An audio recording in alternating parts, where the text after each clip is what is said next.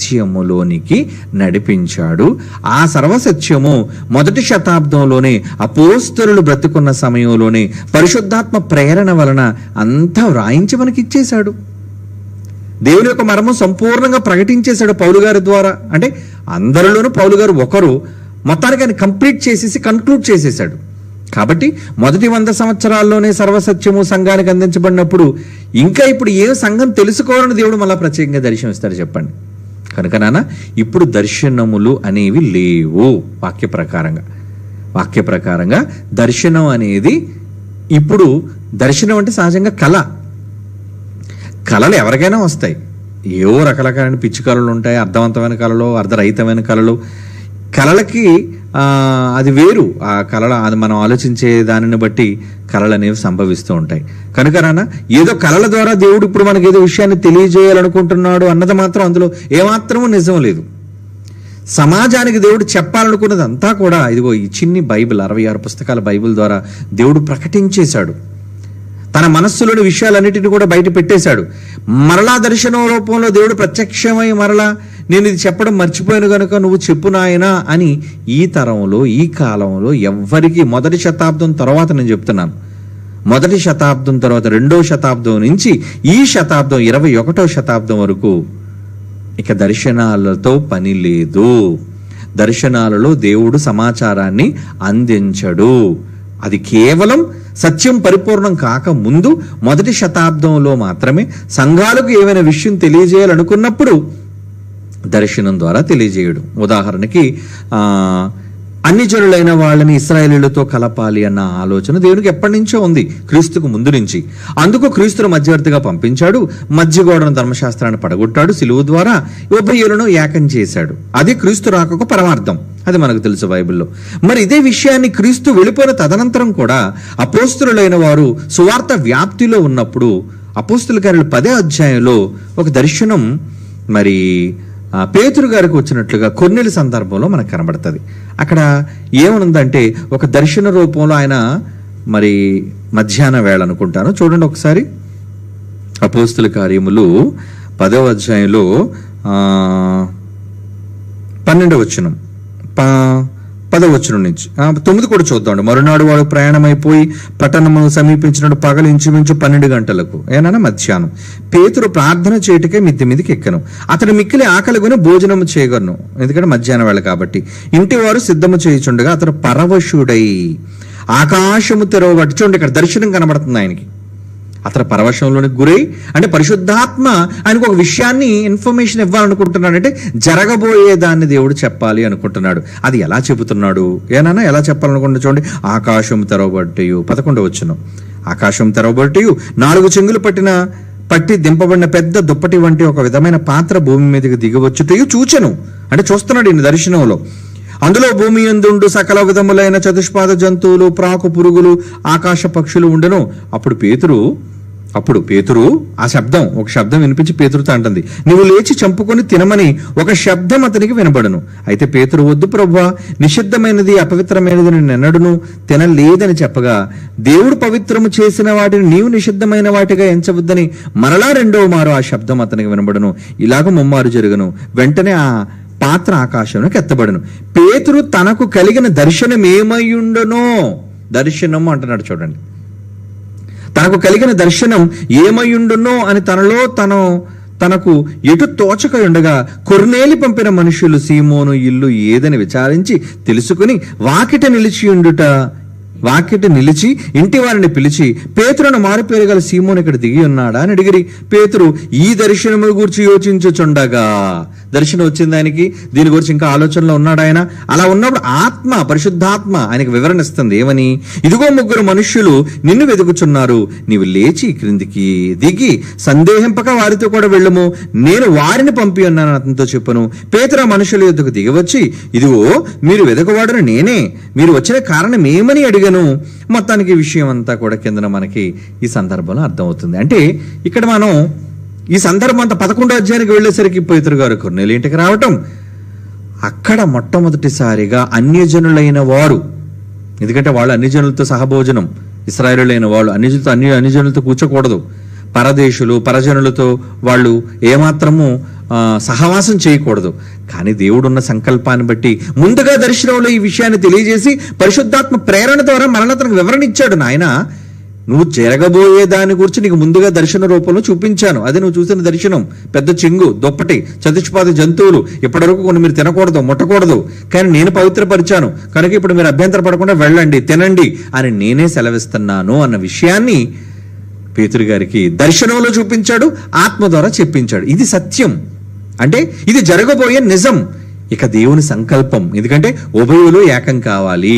ఇప్పుడు ఇశ్రాయేలీలని అన్యులని ఏ భేదము లేదు. అది పేతురు గారి ద్వారానే జరగాలి. అది కొర్నేలి ఇంటిలోనే ప్రారంభం అవ్వాలి అని మొట్టమొదట అన్యజనుల యొక్క ప్రవేశం కొర్నేలి ఇంటి దగ్గరే జరిగింది. అందుకే అధ్యాయం చివరకు వెళ్ళేసరికి పరిశుద్ధాత్మ దేవుడు అన్యజనుల మీదకి దిగి రావటం అనేది కనబడుతుంది. చూడండి 45-46 వచనం చూడండి నాన్న. పేతురు ఈ మాటలు ఇంకా చెప్పుచుండగా అతని బోధ విన్న వారందరి మీదికిని పరిశుద్ధాత్మ దిగెను. సున్నతి పొందిన వారు అంటే ఇశ్రాయేలీయులు. వీళ్ళు వారిలో పేతురుతో కూడా వచ్చిన విశ్వాసులు, వీళ్ళంతా యూదులు.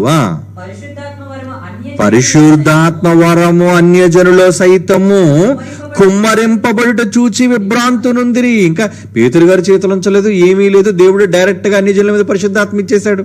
అంటే ఆయనే వ్యత్యాసాన్ని పోగొట్టి నేనే నా ఆత్మను, పరిశుద్ధాత్మను అన్యజనుల మీద కుమ్మరించినప్పుడు మీరెవరు కాదనడానికి అని దేవుడే ఒక అడుగు ముందుకేసి తన పిల్లలను తన దగ్గరకు చేర్చుకున్నాడు.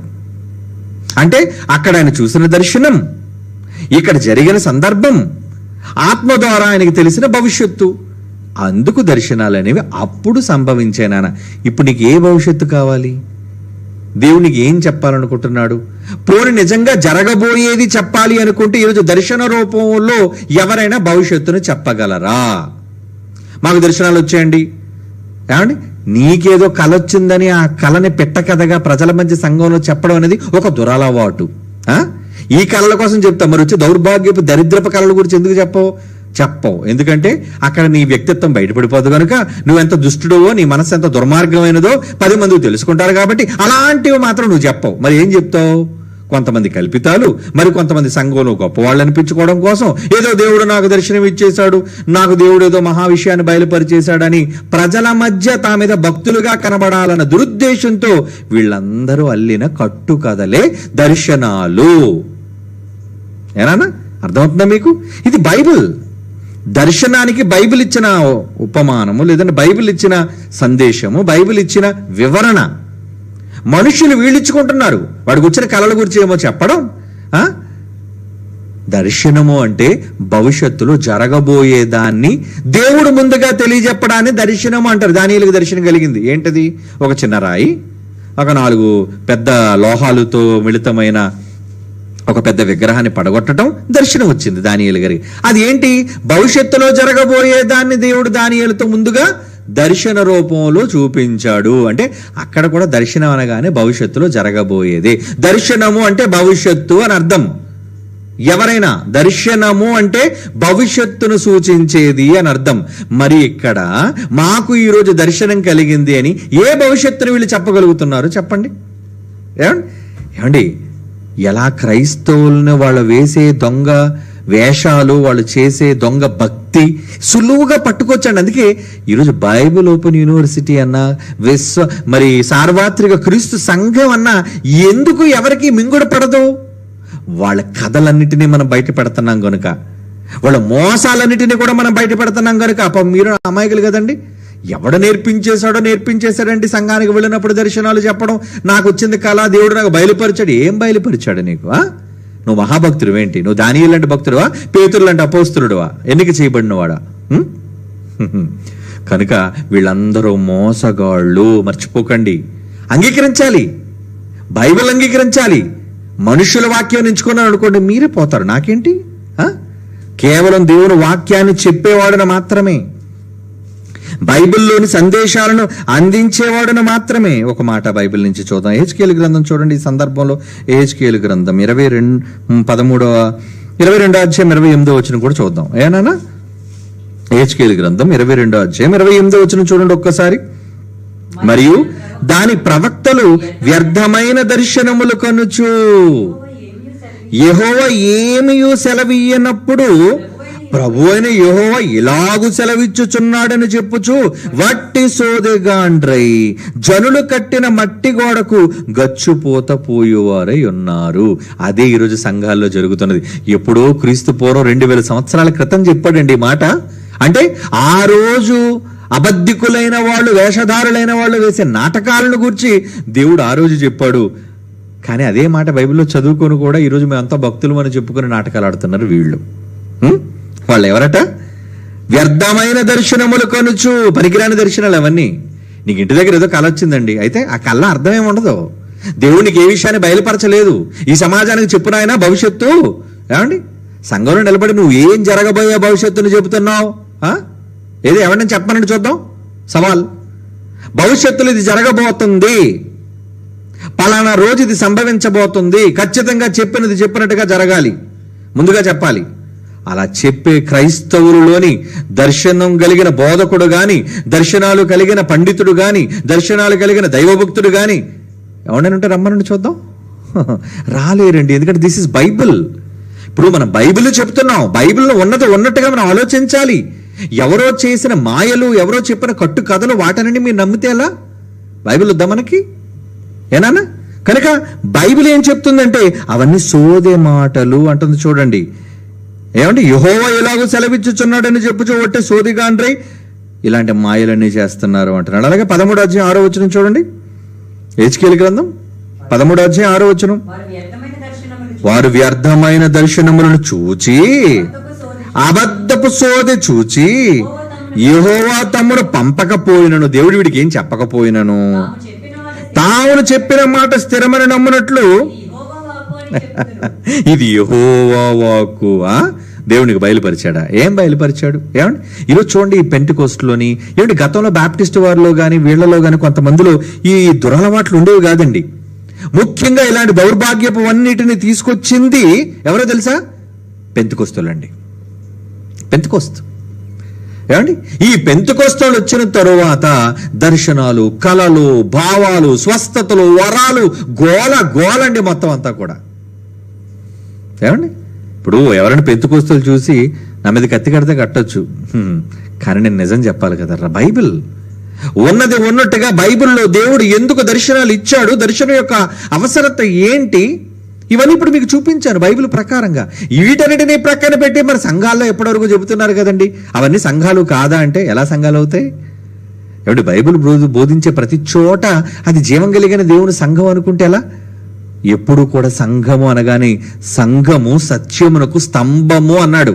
అంటే ఏ సంఘములో అయితే సత్యవాక్యము వినబడుతుందో అదే జీవము కలిగిన దేవుని సంఘం. పేరు పెట్టేసుకుని జీవం కలిగిన దేవుని మందిరం పేరు పెట్టుకుంటే కాదది. కనుక బైబిల్ని ఆమోదించాలి. ఎందుకు ఎక్కువ మంది వెళ్ళరు? అందరూ శేషమే రక్షింపబడతారు, పరలోక రాజ్యం ప్రవేశించారు కొద్దిమందిని యేసుప్రభు 2000 క్రితమే చెప్పేశాడు. కారణం ఏంటంటే వీళ్ళందరూ దొంగలు, వీళ్ళంతా మాయగాళ్ళు, వీళ్ళంతా మోసం చేసేవాళ్ళు. స్వీకరించండి వాక్యాన్ని, వాక్యంగా స్వీకరించండి. దేవుడు చెప్పాడు కదా. ఏమంటే 13వ అధ్యాయం 6వ వచనం మీరు చదివారుగా. ఏమంటున్నాడు అక్కడ? 6, 7వ వచనం కూడా చదవండి. వారు వ్యర్థమైన దర్శనములు చూచి అబద్ధపు సోది చూచి యెహోవా తమను పంపకపోయినను తాము చెప్పిన మాట స్థిరమని నమ్మునట్లు ఇది యెహోవా వాక్కు అని చెప్పుచున్నారు. 7వ వచనం. నేను సెలవీయకపోయినను ఇది యెహోవా వాక్కు అని మీరు చెప్పిన ఎడలా మీరు కనినది వ్యర్థమైన దర్శనం, మీరు నమ్మదగిన సోదెగాండ్రు. అంటే వ్యర్థమైన దర్శనం దేవుడు చెప్పేశాడు. చూసారా?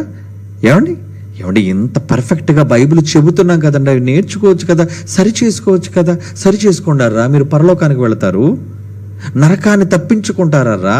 మా తాత ముత్తాతల కాలం నుంచి ఏమంటే మా నాన్న దర్శనాలకు అనేవాడండి. అంటే మీ నాన్న మాయగాడు అన్నమాట. మా తాత మరి దర్శనాలకు అనేవాడండి. మా బామ్మ కూడా దర్శనాలు చెప్పేదండి. వాళ్ళందరూ మాయ చేశారు మిమ్మల్ని. ఏదో ఒక ట్రాన్స్లో ఉన్నారు వాళ్ళంతా కూడా, ఏదో ఒక సైకలాజికల్ డిజార్డర్తో ఉన్నారు వాళ్ళంతా కూడా. ఏదో దేవుడు కనబడిపోయాడు. ముసలోళ్ళు సహజంగా ఎక్కువగా పరలోకం దేవుడి కోసం ఆలోచించేటప్పుడు ఏవో కళ్ళు వస్తుంటాయి. ఏమని? దేవుడు ఏదో వచ్చేసినట్టు, ఏదో చెప్పేసినట్టు. అవును, ఊహాజనితమైనవి అవి. కేవలం నీ మనస్సు కల్పించుకున్నవి. అవి దర్శనాలు అనుకుంటే ఎలా? దేవుడు నీతో చెప్పిన దర్శనం భవిష్యత్తుకు సంకేతం అవుతుంది, భవిష్యత్తులో జరగబోయేది దర్శనం అవుతుంది. మరి ఈరోజు నువ్వు అనుకునే దర్శనాలు నువ్వు కన్నా ప్రతి కళను దర్శనం అనుకుంటే ఎలా? కాదు కదా. దేవుడు కన్ఫర్మ్ చేయాలి ఏ దర్శనాన్నైనా సరే. ఆయన ఇప్పుడు దర్శనాలు ఇవ్వాల్సిన అవసరం లేదు. ఇప్పుడు దేవుడు పరిశుద్ధాత్మ దేవుని ద్వారా సర్వ సత్యాన్ని ఇదిగోండి ఈ వాక్యం ద్వారా, ఈ పుస్తకం ద్వారా మనకి ఇచ్చేసాడు. దాన్ని చదువుకుంటే చాలరా. ఇంకా మీరు భవిష్యత్తులో దేవుడు ఏదో చెప్పాలనుకోడు. మరలా మీరు పరలోకానికి ఆయన దగ్గరికి వెళ్ళినంత వరకు దేవుడు మీతో ప్రత్యేకంగా మాట్లాడేదంటూ ఏది లేదు. ఆయన చెప్పాలనుకున్నదంతా కూడా ఈ దినముల అంతమందు తన కుమారుని ద్వారా మనతో మాటలాడేను అని అంటే చూడండి ఎంత పర్ఫెక్ట్ గా బైబిల్. హెబ్రీ పత్రిక 1వ అధ్యాయం 1వ వచనం చూడండి. ఏంటి బైబిల్ ఎంత కరెక్ట్ గా లింకప్ చేస్తున్నాం చూసారా? ఇదండి బైబిల్ కలపడం అంటే, సత్యవాక్యాన్ని సరిగా విభజించడం అంటే ఇదండి. ఏదో ప్రశ్నోత్తరాలు చెప్పేస్తాం, మాకు కూడా క్వశ్చన్ అవర్ ఉంది, మేము ప్రశ్నలకు జవాబు చెప్పగలనే అనే ప్రతివాడు సబ్జెక్ట్ కలిగిన వాడు అనుకోకండి. అందుకే ఎవరు స్టఫ్ ఉన్నవారు, ఎవరు బైబిల్ని క్రమంగా చదివి ఉన్నది ఉన్నట్టుగా సత్యాన్ని చెప్పేవాడండి జ్ఞానం కలిగిన వాడు. ఎవరు చెప్పిన మాటలు, ఎవరు చెప్పిన ప్రశ్నలు అన్నిటికీ సమాధానం నిజమని అనుకుని నమ్మి మోసపోకండి. అలా నమ్మే 3000 మతశాఖలుగా మారిపోయి ముక్కలు చెక్కలైపోయింది ఈరోజు క్రైస్తవ్యం. ప్రతి వాడిని నమ్మటం వల్లనే. వద్దు. ఈ రోజు మేము ప్రకటిస్తున్న దాన్ని ఎంత నిక్కచ్చిగా, ఎంత పర్ఫెక్ట్ గా, ఏమండి బైబిల్ ప్రకారంగా ఆధారాలు, సాక్ష్యాధారాలతో మీకు చూపిస్తున్నప్పుడు ఇంకా మీరు నమ్మకపోతే మరి మీరు దురదృష్టవంతులారా. చచ్చిన తర్వాత నరకానికి పోతారు మీరు. వద్దు, అలా జరగకూడదని, మీ కనువిప్పు కలగాలని ఇదిగోండి ఈ విశ్వవిద్యాలయం ద్వారా, ఈ సార్వత్రిక సంఘం ద్వారా సత్యాన్ని సమాజానికి ప్రకటిస్తున్నాం. విని నేర్చుకోండి. హెబ్రీ పత్రిక 1వ అధ్యాయం 1వ వచనం అండి. ఏమంటున్నాడు చూడండి అక్కడ. పూర్వకాలమందు నానా సమయంలో అబ్రహాంతో మాట్లాడాడు, నోబహుతో మాట్లాడాడు, ఆదాముతో మాట్లాడు. ఇవన్నీ పూర్వకాలంలో నానా విధాలుగా మాట్లాడిన దేవుడు ప్రవక్తల ద్వారా పితరులతో కూడా తర్వాత మాట్లాడాడు. ఈ దినముల అంతమందు కుమారుని ద్వారా అంటున్నాడు చూడండి. అంటే ఆయన దేవుడు ఏదైనా చెప్పాలి అనుకుంటే ఓన్లీ త్రూ జీసస్ క్రైస్ట్, యేసు క్రీస్తు ద్వారా మాత్రమే ఆయన మనతో మాటలాడును అన్నాడా, మాటలాడేను అన్నాడు. చూడండి అక్కడ జాగ్రత్తగా ఆ టెన్సెస్ కూడా మీకు తెలియాలి. ప్రెసెంట్ టెన్సా, పాస్ట్ టెన్సా, ఫ్యూచర్ టెన్సా? ఏమండి భూత వర్తమాన కాలాల భవిష్యత్తుల్లో ఏ కాలానికి సంబంధించిన గ్రామటికల్ నాలెడ్జ్ మీకు బైబిల్ పైన ఉండాలి. బైబిల్ కదండి అంతా బైబిల్ చెప్పి కలగూర వంట చేసేస్తే ఎలా?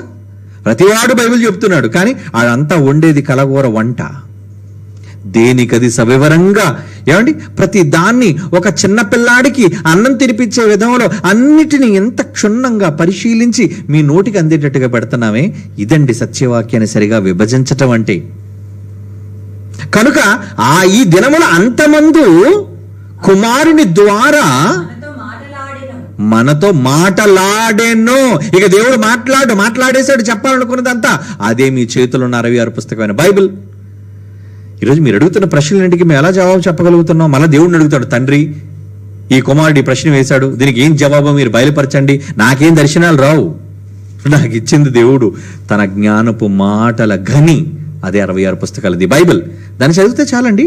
టోటల్గా ఆయన సంకల్పం అంతా అర్థమైపోయింది. మీరు ఏ ప్రశ్న బైబిల్లో ఏ మూలను అడిగినా సరే జవాబు చెప్పగలిగిన సత్తా, కెపాసిటీ బైబిల్ని బట్టి మాకు వచ్చింది. ఎందుకంటే ఆయన అనుకున్నదంతా చెప్పేశాడు. కుమారుని ద్వారా మనతో మాటలాడెన్నో. పరిశుద్ధాత్మ ద్వారా, పరిశుద్ధాత్మ చెప్పిన మాత్రం ఎవరివి? నా వాటివే తీసుకొని వెళ్ళి మీకు చెప్తాడు అని యేసుప్రభు బ్రతుకున్నప్పుడు చెప్పాడుగా, వివరంగా చెప్పేశాడు.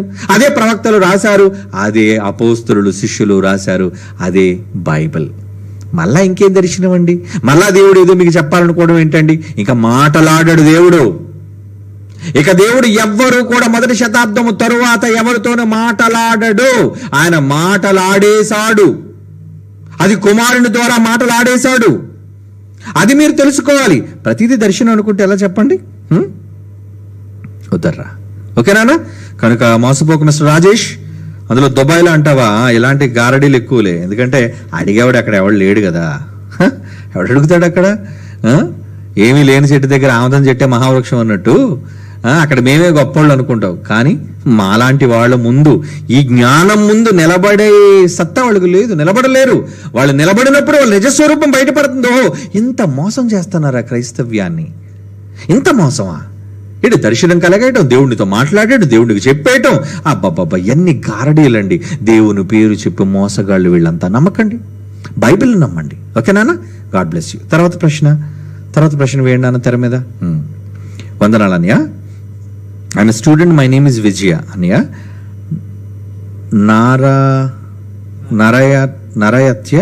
నరహత్య స్పెల్లింగ్ చూసుకోండారా.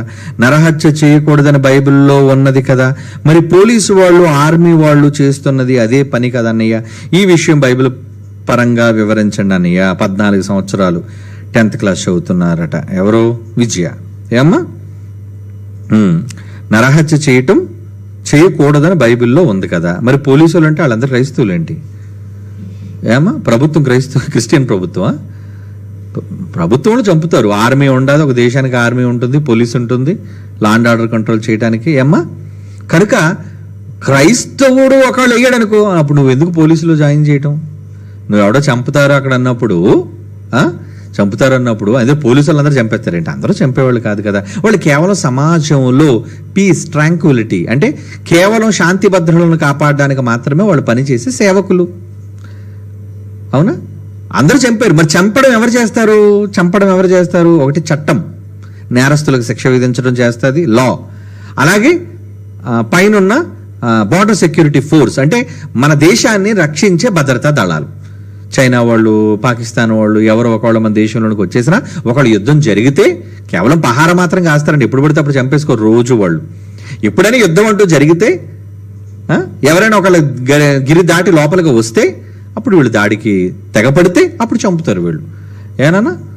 కనుక అలాంటి వాళ్ళు అయినప్పుడు వాళ్ళంతా మరి దేవుడు నమ్మని వాళ్ళు. ఆయన ఒకళ్ళు బైబిల్ నమ్మిన వాళ్ళు అయినప్పుడు అసలు నువ్వు ఎందుకు ఆ చంపే వాళ్ళలోనికి వెళ్ళడం? అయినా ఒక విధంగా వాళ్ళు కూడా ఉన్నారు అంటే వాళ్ళు దేవుని వల్ల నియమించబడిన వాళ్ళే. అందుకే రోమాపత్రిక 13వ అధ్యాయంలో చాలాసార్లు మీతో చెప్పాను ఆ మాట. 13వ అధ్యాయం 3వ వచనం ఒకసారి చూడండి నాన్న. రోమీయులకు రాసిన పత్రిక 13వ అధ్యాయం 3వ వచనం, అధికారులు ప్రభుత్వము చేయవారు చెడ్డ కార్యములకి, అంటే నువ్వు తప్పు చేసావు అనుకో వెంటనే వాళ్ళు యాక్షన్ తీసుకుంటారు. చెడ్డ కార్యములకే గాని మంచి కార్యములకు భయంకరులు కారు. నీకు మేలు కలుగుటకు. పోలీస్ స్టేషన్ లేదనుకోండి, ఇంకా దొంగలు మీ ఇంట్లోనే తిరుగుతారు, కనబడిన వాళ్ళంతా చంపుకొని వెళ్ళిపోతారు. కనుక ఈరోజు ఆ అగంతకులు వాళ్ళని కట్టడి చేశారు అంటే మరి ప్రతి ప్రాంతంలో పోలీస్ స్టేషన్ లేకపోతే ఎలా చెప్పండి? శాంతి భద్రత కాపాడడానికి పోలీసు వ్యవస్థ లేకపోతే ఈ దేశం యొక్క పరిస్థితి ఏమైపోతుంది చెప్పండి? కనుక వాళ్ళు ఖచ్చితంగా ఉండాలి. ఇకపోతే వాళ్ళు తీసుకున్న యాక్షన్ కోసం కూడా ఏమంటున్నాడు చూడండి. నీకు మేలు కలుగుటకై అధికారులు దేవుని పరిచారకులు. ఇంకా కిందకి వెళ్తే వాళ్ళు ఊరకయే ఖడ్గము ధరింపరు అనే మాట ఉంటుంది. నువ్వు చెడ్డ చేసావు అనుకో భయపడు, వారు ఊరకే ఖడ్గము ధరింపరు. కీడు చేయు వారి మీద ఆగ్రహము చూపుటకు వాళ్ళు ప్రతీకారము చేయు దేవుని పరిచారకులు. ఏమ్మా విజయ? వాళ్ళు కూడా దేవుని పరిచారకులే. మరి అలా లేకపోతే దేశాల మధ్య శాంతి ఎలా ఉంటుంది చెప్పండి? కనుక ఇకపోతే నువ్వు అంటున్నావు నరహత్య చేయడం, బైబిల్లో నరహత్య చేయకూడదని ఉంది కదా. ఇంతకీ నువ్వు శారీరకంగా చంపడమే అనుకుంటున్నావు, కానీ సహోదరుని ద్వేషించడం నరహంతకుడు అని బైబిల్లో ఉందా? చదివావు తల్లి, నువ్వు చిన్నపిల్లవు కదా, చదువుంటావు. ఇలా కత్తులతోనూ తర్వాత తుపాకులతోనూ కాల్చడమే నరహత్య నువ్వు అనుకుంటున్నావు, కానీ చర్చిల్లో ఉండే రోజు ఒకరికొకరు కాల్చుకొని చచ్చిపోతున్నారు, చంపేసుకుంటున్నారు. వీళ్ళందరూ నరహంతకులే. నువ్వు ఎప్పుడైనా ఎవరైనా ద్వేషించావా? ద్వేషించే ఉంటావు, ఒకసారి జ్ఞాపకం చేసుకో.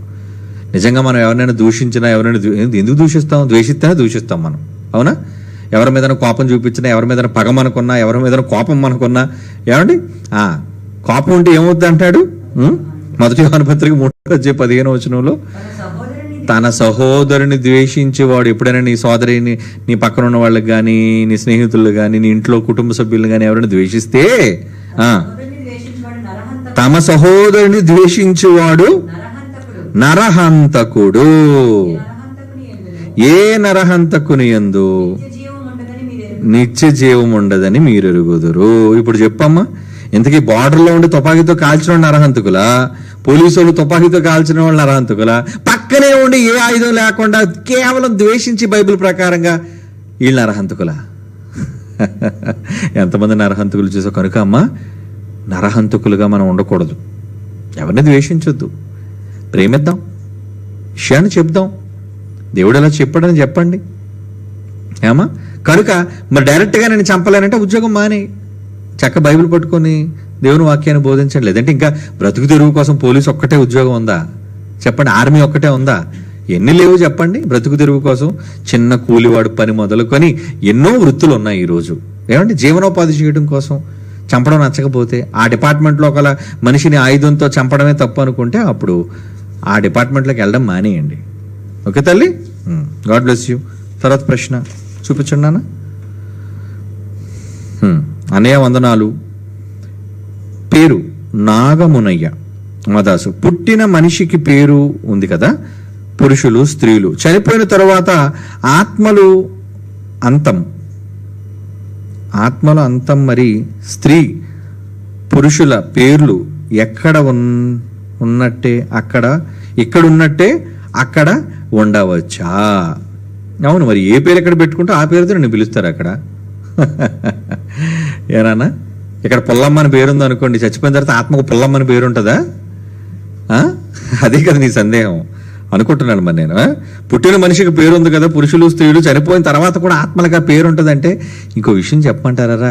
ఇవి భూమి మీద మీరు పెట్టుకున్న పేర్లు, కానీ దేవుడు ప్రతి మనిషికి పేరు పెట్టుకుంటాడు. తెలుసా మీకు అది? ఆయనకంటూ ఐడెంటిఫికేషన్.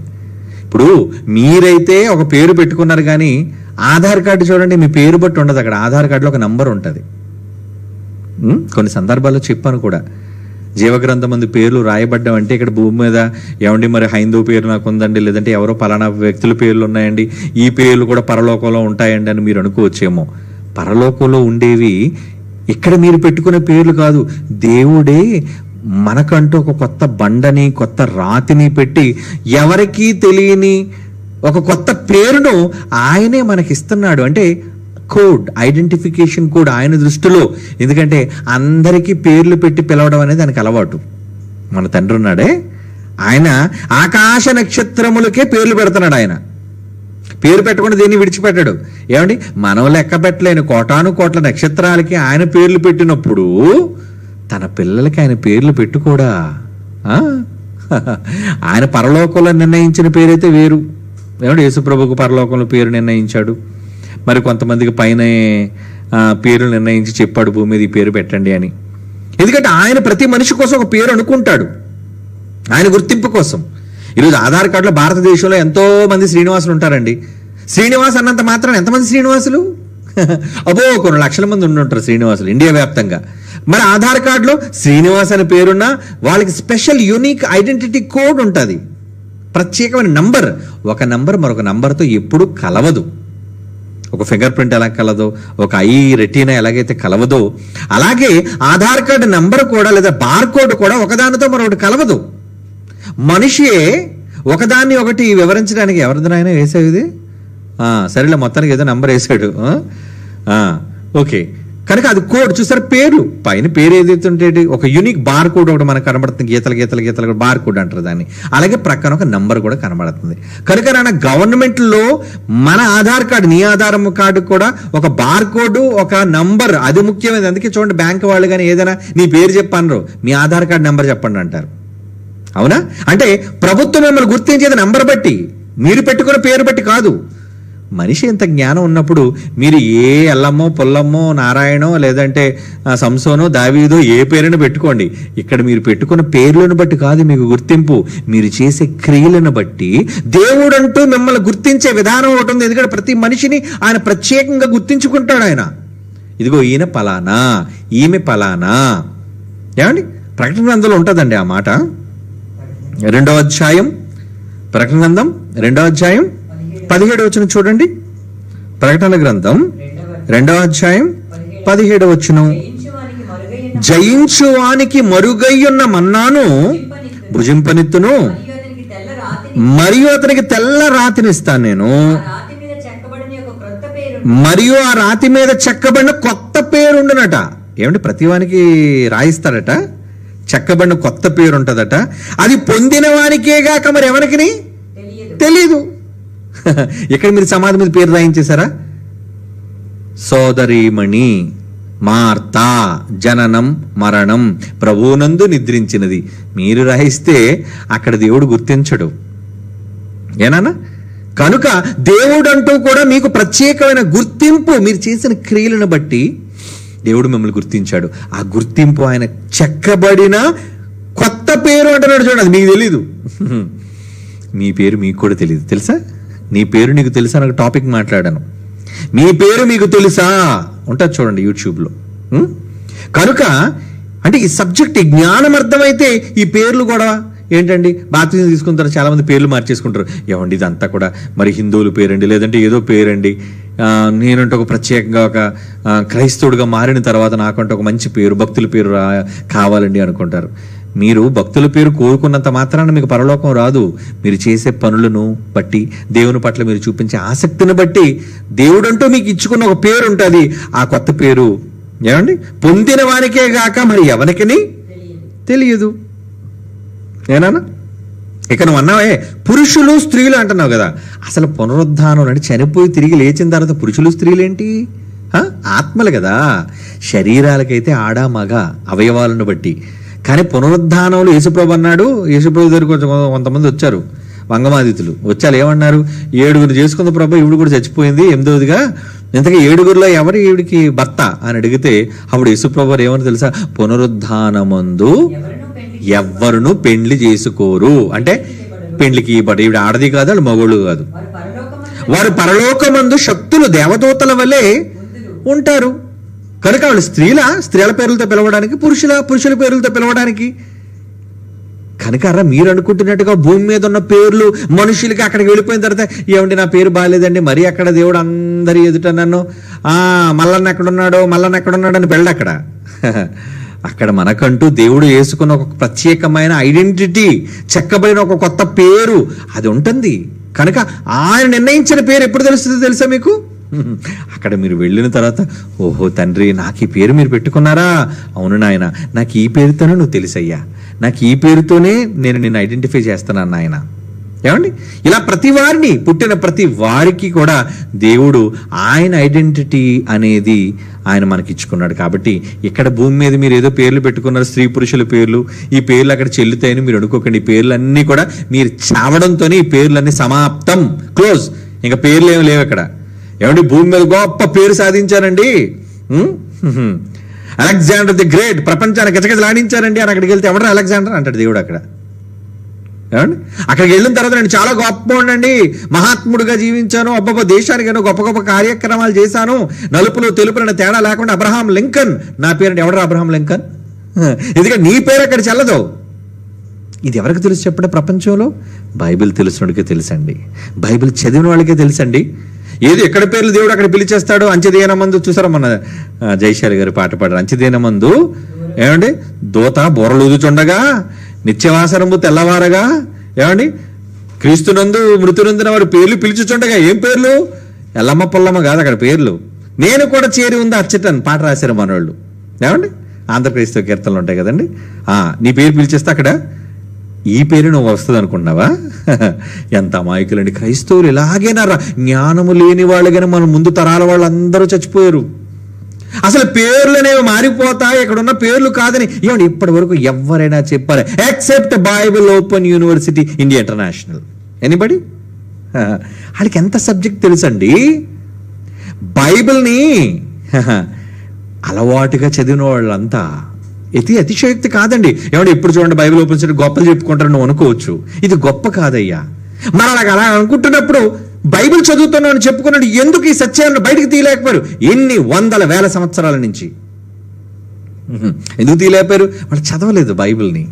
అందులో దేవుడు వాళ్ళకి ఏంటంటే వాళ్ళు నచ్చలేదు. ఏదైనా విషయాన్ని బయట పెట్టాలి అంటే దేవుడికి నచ్చాలి. మీరు ఒక దివ్యమైన సంగతి దేవుడు మీకు తెలియజేయాలి అంటే మీరు దేవునికి బహుప్రియులై ఉండాలి. ఒక దానియేలులా, ఒక మోషేలా, ఒక పౌలులా, ఒక దావీదులా అలా మెచ్చితేనే దేవుడు ఏదైనా తెలియజేస్తాడు. మరి ఈరోజు ప్రపంచంలో మెచ్చుకున్నది ఆయన మెచ్చుకున్నాడరా? మెచ్చుకోవడం బట్టి ఈరోజు ఈ మహాజ్ఞాన సంగతులు ఈ సంఘము ద్వారా దేవుడు ప్రకటిస్తున్నాడు. మీరంత భాగ్యవంతులు ఈ సంఘంలోని సభ్యులైతే, ఈ జ్ఞానానికి మీరు వారసులైతే.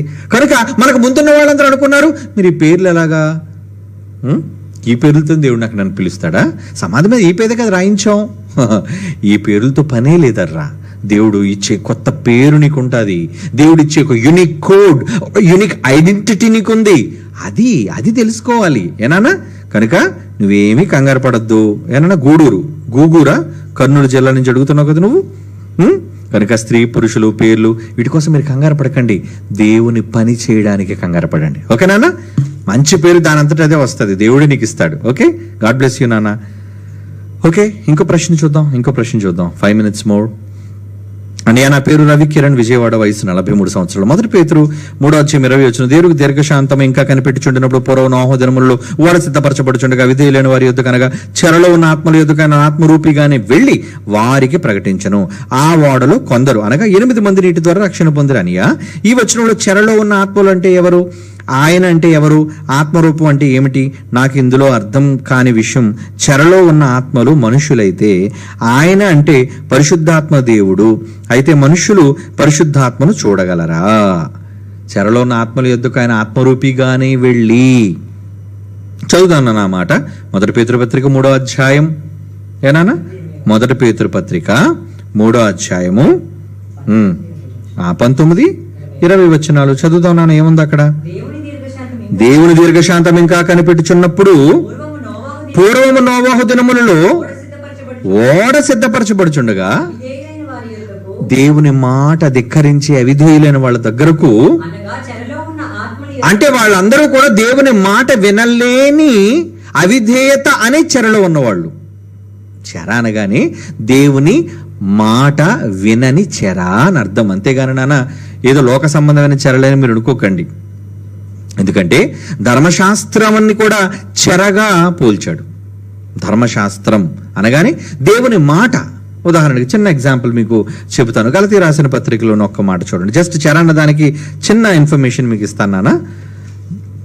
గలతీలకు రాసిన పత్రిక, గలతీ పత్రిక 3వ అధ్యాయము 28వ వచనం చూడండి. క్షమించండి, 23వ వచనం. గలతీ పత్రిక 3వ అధ్యాయం 23. విశ్వాసము వెల్లడి కాక మునుపు ఇక ముందు బయలుపరచబడబో విశ్వాసమును అవలంబింపవలసిన వారముగా చెరలో ఉంచబడినట్టు మనము ధర్మశాస్త్రమునకు లోనైన వారము అయితిమి. చెరలో ఉంచబడిన వారమైనట్టు ధర్మశాస్త్రమునకు లోనైన వారమైతిమి అంటే దేవుని మాటలు ఒక మనిషిని కట్టడి చేస్తున్నాయి. అవునా? ఈరోజు every Indian citizen should abide by the law. అంటే ప్రతి భారతీయుడు కూడా భారతదేశ చట్టాన్ని గౌరవించాలి. అంటే చట్టం అతని మీద ఉంది. ఆ చట్టాన్ని ఒకళ్ళు ఉల్లంఘిస్తే నీకు శిక్ష అమలు జరుగుతుంది అన్నది ఎంత నిజమో, ఆ రోజు ధర్మశాస్త్రాన్ని కూడా దేవుడు ఇచ్చి ఏం చేశాడు? చెరా అంటున్నాడు. చూడండి ఏంటది? విశ్వాసమును అవలంబింపవలసిన వారముగా చెరలో ఉంచబడినట్టు మనము ధర్మశాస్త్రమునకు లోనైన వారము అయితిమి. అంటే దేవుని మాటే మనిషిని చెర చేసింది. ఆ రోజు అది ఇబ్బంది పెట్టింది వాళ్ళని. ఎలా ఇబ్బంది పెట్టింది? తప్పు చేశారు, శిక్ష.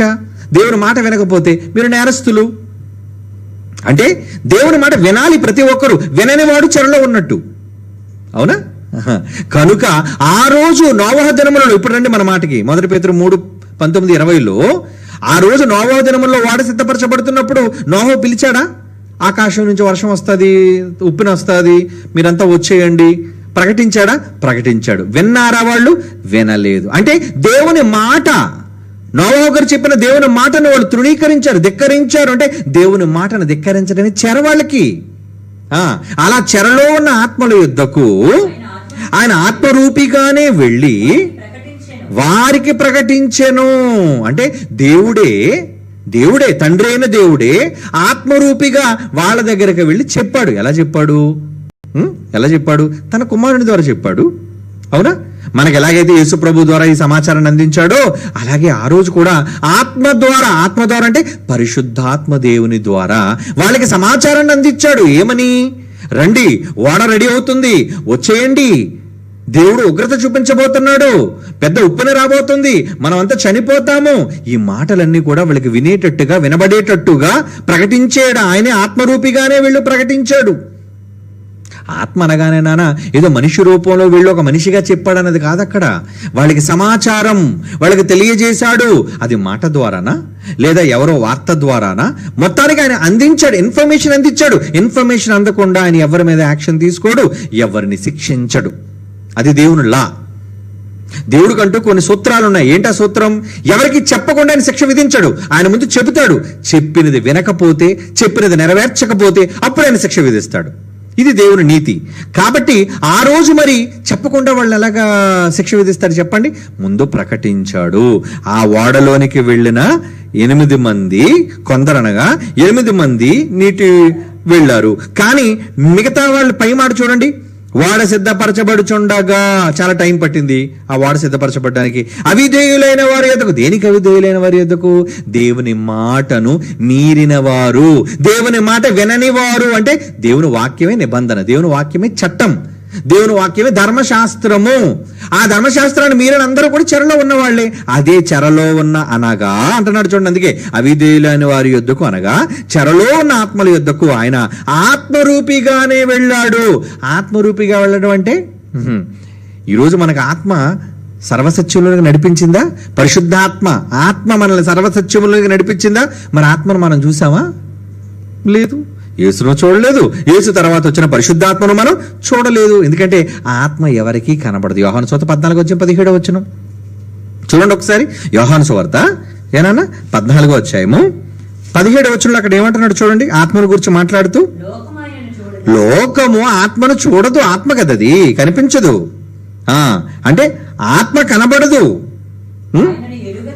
ఆయన ఎరుగరు, కనుక ఆయన పొందనారు. అంటే లోకము ఆయన చూడదు, అంటే ఈ లోకానికి ఆత్మ కనబడదు. మరి వాక్యం వస్తుందా మనుషుల దగ్గరికి? వాక్యం వచ్చింది అనగానే నానా మనిషి రూపంలో వచ్చిందని మీరు అనుకోకండి. ఉదాహరణకి బాప్తిస్మిచ్చి యోహాను గారి దగ్గరికి వాక్యం వచ్చింది. యేసుప్రభు వాక్యం కాబట్టి యేసుప్రభు రావడం అనుకోకండి సుమా. అక్కడ ఒక మాట మీకు క్లారిఫికేషన్ ఇస్తాను చూడండి. మరి లూకా రాసిన సువార్త 3వ అధ్యాయము, సువార్త 3వ అధ్యాయము 2వ వచనం అక్కడ ఏమంటున్నాడు? అన్న కైప ప్రధాన యాజకులుగా ఉన్నప్పుడు అరణ్యములోనున్న జకరియా కుమారుడైన బాప్తిస్మిచ్చి యోహాను గారి యొద్దకు దేవుని వాక్యం వచ్చును. అరణ్యంలో ఉన్నప్పుడు వచ్చేసిందా? అప్పటికి ఇంకా యేసు రాలేదు సుమా. ఈ మాట చెప్పేటప్పుడు యేసుప్రభు ఇంకా అంటే ఏంటి, యోహాను గారి దగ్గర ప్రత్యక్షంగా రాలేదాయన. కానీ యేసు స్వయంగా ఫిజికల్ బాడీతో ఇంకా బాప్తిసం పొందడానికి రాకముందే యోహాను గారి దగ్గరికి వాక్యం వచ్చేసిందట. ఎలా? ఆత్మరూపిగానే. అది అక్కడ అర్థం. అంటే సంగతులు ఆయనకు తెలియజేయబడ్డాయి, సంగతులు ఆయనకు వివరించబడ్డాయి, విషయాలు ఆయనకు దేవుడు తెలియజేశాడు. అదే వార్త, ఆత్మ ద్వారా తెలియజేయబడింది. ఎందుకంటే ఆత్మ ఎవరికి కనబడదు కనుక నాన్న ఇక్కడ చెరలో ఉన్న ఆత్మల యొద్దకు ఆయన ఆత్మరూపిగానే వెళ్ళి చెప్పాడంటే అతను అనగా ఎవరు? నువ్వు అడిగిన ప్రశ్నలు ఏంటి? ఆయన అంటే ఎవరు? దేవుడు. ఆత్మరూపం అంటే ఏమిటి? కనిపించని రూపం. ఏనానా? మనుషులైతే ఆయన అంటే మనుష్యుడు, పరిశుద్ధాత్మ దేవుడైతే మనుషులు పరిశుద్ధాత్మను చూడగలరా? చూడలేదు అనేది యోహాను సువార్త 14:17 చెప్పాం కదా నాన్న. అంటే దేవుడు సమాచారాన్ని ఎవరో ఒక వ్యక్తి ద్వారా అందిస్తాడు. నోవహు గారి ద్వారా తెలియజేశాడు, ఆత్మరూపిగానే వెళ్ళాడు, సమాచారాన్ని అందరికీ స్ప్రెడ్ అయ్యేటట్టు చేశాడు. వాక్యం ఎలాగైతే వచ్చిందో యోహాను గారి దగ్గరికి లూకా సువార్తలో, అలాగే వాక్యం ఆ రోజు నోవహు దినముల్లో అందరి దగ్గరికి వెళ్ళింది. వినండర్రా, ఏమో ఎందుకు చెప్తున్నాడు, నోవహు గారి మాటలు నిజం ఉందేమో, ఒకసారి వింటే పోలే అనే మాట అందరికీ వినిపించింది. అందరూ దాన్ని విన్నారు, కానీ వాళ్ళందరూ అవిధేయులుగా మారిపోయారు. అది నాన్న, అర్థమైందా? ఓకే, బైబిల్ అపార్థం చేసుకోకండి. Okay, very good. మంచి ప్రశ్నలు అడిగారు, మంచి సంగతులు తెలుసుకున్నారు. ఇలా ప్రతి సందేహాన్ని మీరు తెలుసుకొని బైబిల్లో విజ్ఞులు కావాలి. బైబిల్ని ప్రజలు ఒప్పింప చేయాలి మీరు వాళ్ళని. ఎందుకంటే బైబిల్పై ఎన్నో అపోహలు, సత్యం తెలియక సమాజంలో నిజానిజాలు గ్రహించక ఎందరో ఉన్నారా. లక్షల మంది ప్రపంచ క్రైస్తవులే ఈరోజు అబద్ధంలో ఉన్నారా.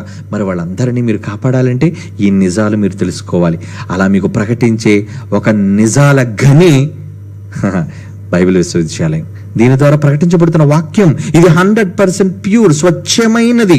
ఈ మహాజ్ఞానాన్ని మీరు నేర్చుకొని మీరు వారసులు, మీ కుటుంబాలు, మీ పిల్లలు వారసులై అనేక మందిని దేవునికి వారసులుగా మార్చడానికి ప్రయత్నించండి. Okay, God bless you all. కళ్ళు మూసుకొని ప్రార్థన చేసుకుందాం. మిగిలిన ప్రశ్నలన్నింటినీ కూడా నెక్స్ట్ వీక్ మనం స్పెషల్ క్వశ్చన్ అవర్లో మాట్లాడుకుందాం. ఓకే నాన్న, ప్రార్థించుకుందాం. పరిశుద్ధమైన తండ్రి దేవా, ఈరోజు మాకు అనేక విషయాలు మీ దివ్యమైన జ్ఞాన గ్రంథము నుంచి మాకు తెలియజేసి మా అందరి మనోనేత్రాలు వెలిగింపజేసినందులకు మీకు ధన్యవాదాలు, కృతజ్ఞతాస్తుతులు చెల్లించుచున్నాము తండ్రి. ఎందరూ వింటున్నారో, ఎంతమంది ఆసక్తి కలిగి ఉన్నారు, వారి హృదయాలను తెరవండి. ఎందరో పిల్లలు దాతలుగా ముందుకొచ్చి తమ కష్టార్జితంలోని పాలును కూడా తండ్రి ఈ సేవార్థమై ఖర్చు పెడుతున్నారు. వారిని, వారి కుటుంబాలని చల్లగా కాపాడండి. సత్యవాక్యంలో వారిని స్థిరులుగా కదలని వారుగా నిలబెట్టండి. ఇదిగో ఈ కుమారుని యొక్క సార్వత్రిక సంఘము ద్వారా ఈరోజు ప్రపంచంలో మీరు ప్రకటిస్తున్న ఈ స్వచ్ఛమైన నీతి బోధను బట్టి మీకు ధన్యవాదాలు. రానున్న రోజుల్లో ఈ సంఘం బహుగా కొండల కంటే ఎత్తుగా ఆ రోజు మీ కుమారుని గురించి అన్నట్లుగా ఈ సంఘము విస్తరించి వ్యాపించి అనేక మందిని మరి ఈ సంఘము ద్వారా సత్యములోనికి నడిపించగలిగే భాగ్యం వింటున్న నాకు, అలాగే వింటున్న పిల్లలందరికీ అనుగ్రహించవలసిందిగా ప్రార్థిస్తూ యేసుక్రీస్తు వారి అమూల్యమైన నామములు ఈ ప్రార్థన మీకు సమర్పించుచున్నాము తండ్రి. ఆమేన్.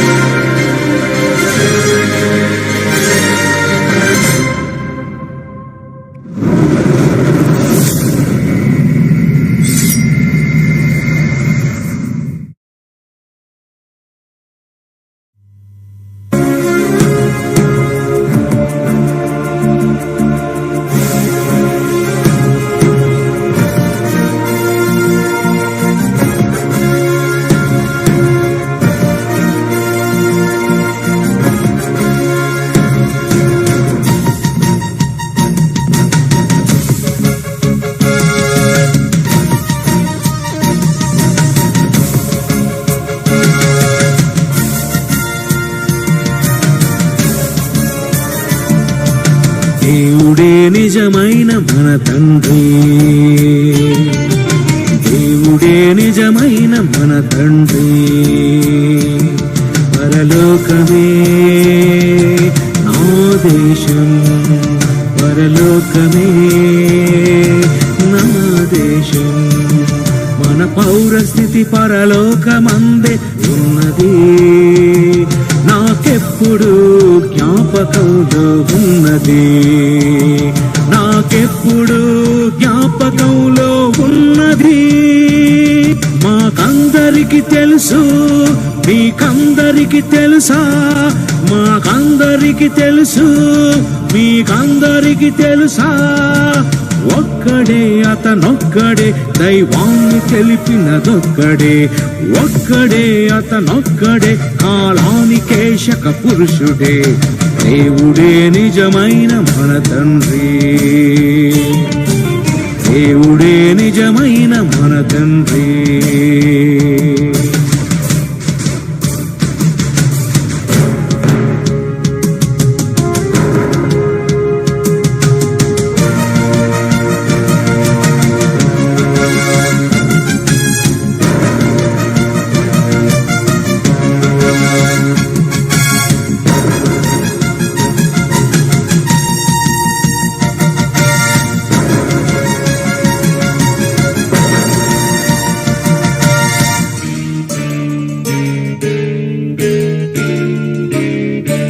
భారతీయులే మాత్రమే నా సోదరులా, ప్రపంచంలో మనుషులంతా సోదరులే. భారతీయులే మాత్రమే నా సోదరులా, ప్రపంచంలో మనుషులంతా సోదరులే. అందరూ మన అన్నలే, అందరూ మన తమ్ములే, అందరూ మన అక్కలే, అందరూ మన చెల్లిలే. అది తెలుసుకొని జీవించాలి, అది తెలుసుకొని ప్రేమించాలి.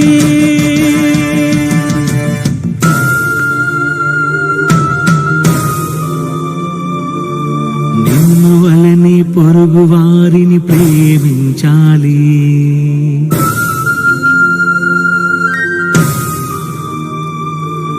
నిన్ను వలని పొరుగు వారిని ప్రేమించాలి. నీ శత్రువైన ప్రేమించి నువ్వు మార్చాలి. నిన్ను వలె నీ పొరుగు వారిని ప్రేమించాలి. నీ శత్రువైన ప్రేమించి నువ్వు మార్చాలి. ఆ దేవుడే మనిషికిచ్చినది పని. ఆ దేవుడే మనిషికిచ్చినది పని. ఆ పనిని చేస్తే స్వర్గమే. అది తెలిపినది బైబిలే. ఆ పనిని చేస్తే స్వర్గమే. అది తెలిపినది బైబిలే.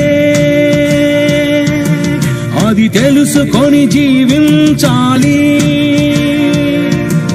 అది తెలుసుకొని ప్రేమించాలి. మనుషులందరికీ తండ్రి ఒక్కడే. ఈ మనుషులందరికీ తండ్రి దేవుడే. ఒక్కడే, అతనొక్కడే. ఒక్కడే, అతనొక్కడే. ఒక్కడే, అతనొక్కడే. దైవాన్ని తెలిపినదొక్కడే. ఒక్కడే, అతనొక్కడే. కాలానికే శక పురుషుడే. దేవుడే నిజమైన మన తండ్రి. దేవుడే నిజమైన మన తండ్రి.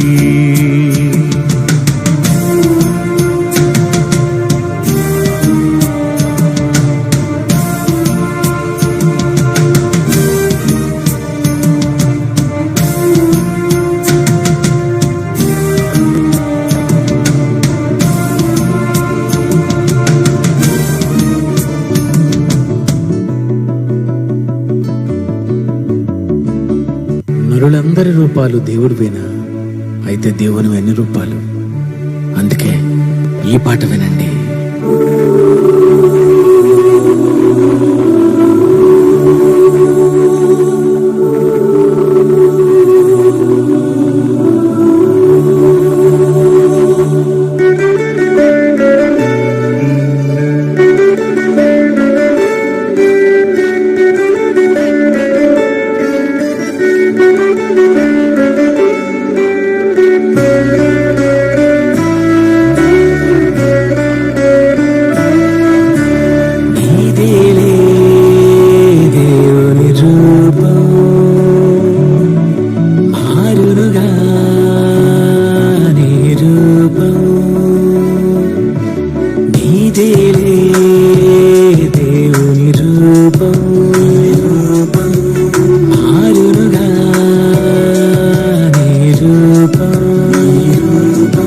పసివాని నుండి మారునుగా వృద్ధాప్యమునకు చేరునుగా. పసివాని నుండి మారునుగా వృద్ధాప్యమునకు చేరునుగా. మారెను రూపముగా అది ఎందుకు జరిగెనుగా? ఆ దేవుని పోలిక నీకు తెలిపిందిగా. నీ ఆత్మరూపమిలా మారిపోతుందిగా. నీదేలే దేవుని రూపం మారుగా నీ రూపం.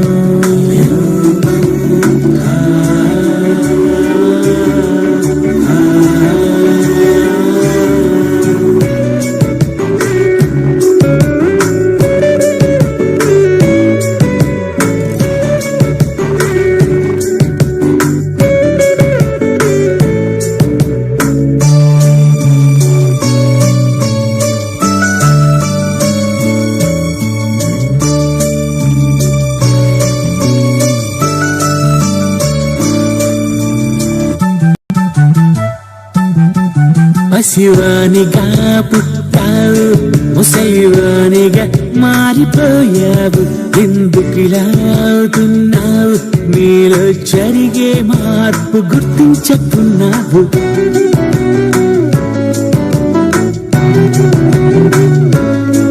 పసివానిగా పుట్టావు, ముసలివానిగా మారిపోయావు. ఎందుకిలా అవుతున్నావు, నీలో జరిగే మార్పు గుర్తించకున్నావు. బాహ్య పురుషుడు కృషించును, ఆంతర్య పురుషుడు దినదినము మారిపోవును. బాహ్య పురుషుడు కృషించును, ఆంతర్య పురుషుడు దినదినము మారిపోవును. కొంగలి పురుగే సీతాతో కై ఎగురును, నీ ఆత్మరూపం మార్చుకొని ఎగిరిపోవును. నీదేలే దేవుని రూపం మారునుగా నీ రూపం.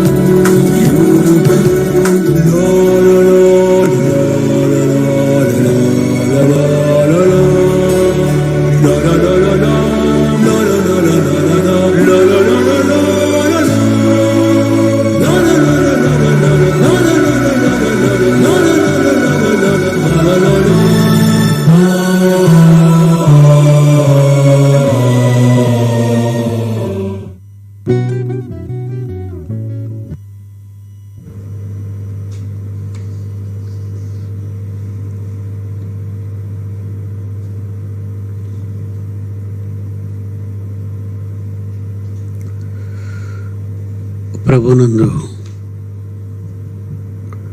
ప్రియులైన పిల్లలకు తండ్రి అయిన దేవుని పేరిట క్రీస్తునామములో శుభం పలికి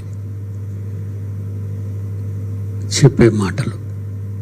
ప్రకటన 16వ అధ్యాయంలో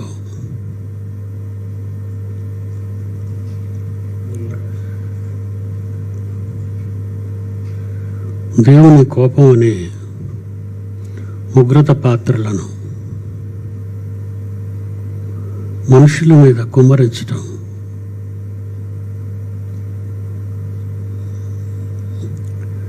మూడవ వచనంలో రెండవ దూత తన పాత్రను సముద్రంలో కుమ్మరింపగా సముద్రము పీనుగు రక్తము వంటిదయ్యను.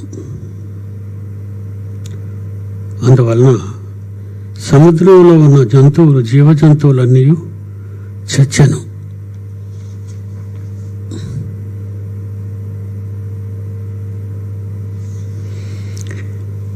మనకి గత ఏడాది నుంచి ఎక్కువగా న్యూస్ని చూస్తున్నటువంటి పిల్లలందరికీ ఇది గుర్తుంటుంది. కరోనా కోసం కొన్ని లక్షల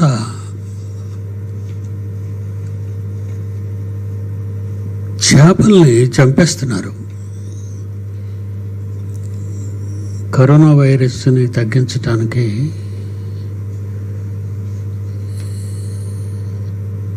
బలమైనవి, పెద్దవి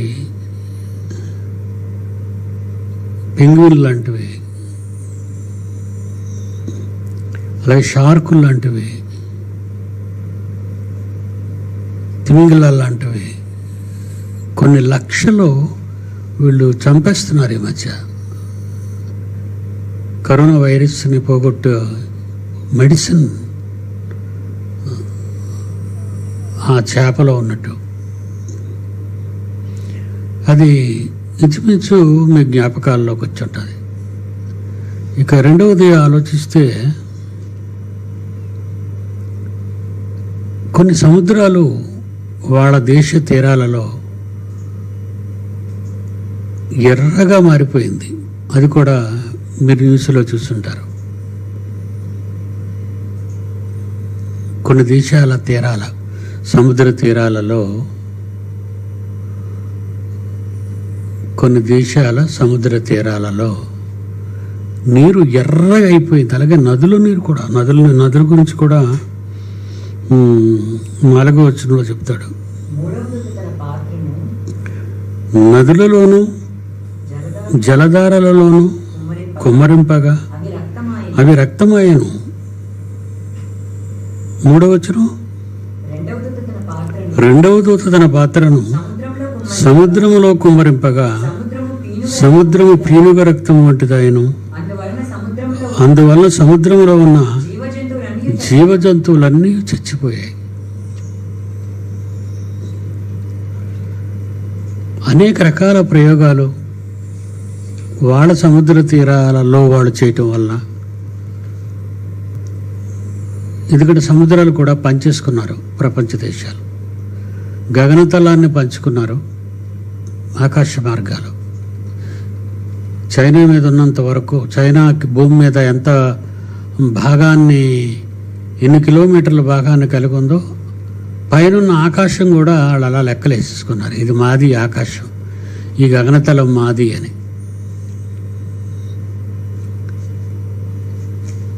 సముద్రాలు ఇంకా భూమి మీద ఉన్నాయి కనుక వాటిని పంచేసుకున్నారు.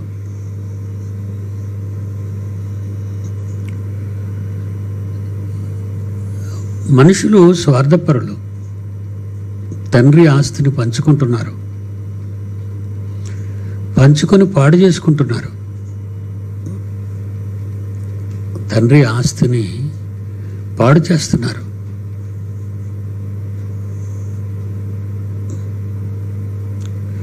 తప్పిపోయిన కుమారుడు తన ఆస్తిని తీసుకెళ్ళి, తండ్రి సంపాదించింది, వాడిది కాదు అది, వాడు ఆస్తిని పాడు చేసుకున్నాడు, భాగాన్ని తీసుకొని పాడు చేసుకున్నాడు. ఇక్కడ కూడా అదే జరిగింది. ఈరోజు మానవాళి ప్రపంచవ్యాప్తంగా దేవుడు సృజించిన ఆస్తుల్ని పంచుకుంటున్నారు. తండ్రిని నమ్మరు, స్వీకరించరు, తండ్రిని అంగీకరించరు, పంచుకుంటారు. పక్షిజాలాలు పంచుకుంటారు, మత్స్యాలను పంచుకుంటారు, చేపలు, సముద్రాలను పంచుకుంటారు, ఆకాశాన్ని పంచుకుంటారు. వాళ్ళకు నచ్చిన ప్రయోగాలు అడ్డదిడ్డమైనవన్నీ చేస్తున్నారు. దేవుని అనుమతి, దేవుని ప్రమేయం లేకుండా పర్యావరణాన్ని పాడు చేస్తున్నారు. ఇంచుమించు గత 100 ఏళ్లుగా పర్యావరణాన్ని పాడు చేస్తూనే ఉన్నారు. 100 years. నేను ఊహ తెలిసినప్పటి నుంచే పర్యావరణాన్ని పాడు చేస్తున్నారని శాస్త్రజ్ఞులు గోల పెడుతూనే ఉన్నారు. వీళ్ళు ఫ్యాక్టరీలు, వీళ్ళు చేస్తున్న ప్రయోగాలు, దానివలన పర్యావరణం మారిపోతుంది. ప్రకృతిలో మార్పులు సంభవిస్తున్నాయి. ఆ సంభవించటంలో సముద్రాలు ఎరిపెక్కుతున్నాయి, రక్తసిక్తంగా మారుతుంది, దాని కలర్ మారుతుంది. ఇకపోతే 4వ వచనం వచ్చేసరికి కూడా నదులు కూడా అదే విధంగా ఉన్నాయి, జలధారలు కూడా ఆ విధంగా తయారవుతున్నాయని 4వ వచనంలో చెప్తున్నాడు. 3వ దూత తన పాత్రను నదులలోను జలధారలలోను కుమ్మరింపగా అవి రక్తమాయను.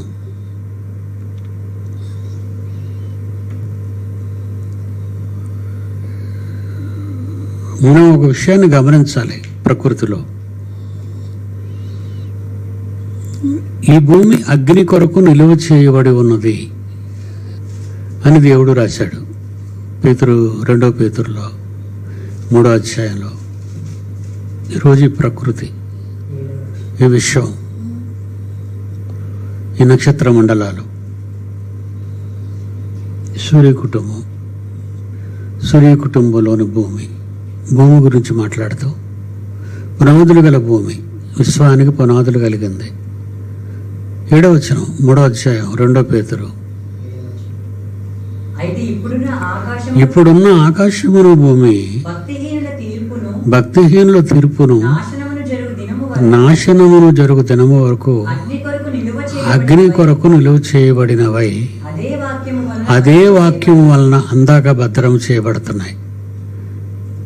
తండ్రి అయిన దేవుని పిల్లలు వాక్యానికి విలువనిచ్చి బ్రతుకున్న కొందరి కొరకు అని వాక్యం వలన భద్రపరచబడుచున్నవి. తెలియని అమాయకులైన ప్రజలకు వాక్యం తెలుసుకోవాలి, తెలియజెప్పాలి. కనుక మన కోసం ఈ ప్రకృతిని మండించకుండా అందాక పోస్ట్ పోన్ చేసుకుంటూ వస్తున్నాడు దేవుడు ప్రోగ్రాన్ని. విశ్వ వినాశన కార్యక్రమాన్ని పోస్ట్ పోన్ చేస్తున్నాడు ఆయన మన కోసం. మనం పని చేస్తున్నాం ఇంకా మన కోసమే, మరి ఎవరి గురించి మీరు ఆలోచించకండి. 100% మన కోసం. దేవుని పిల్లలారా, అగ్ని కొరకు నిలువ చేయబడి ఉంది వాక్యం వలన అంటే, మానవుడు ఈరోజు గత 50 ఏళ్ల క్రితమే, గడిచిన 50 సంవత్సరాల క్రితమే భూమిని 100 టైమ్స్ మార్చి మసి చేయటానికి మారణాయుధాలు ప్రపంచ దేశాలు జాగ్రత్త పెట్టుకున్నాయి.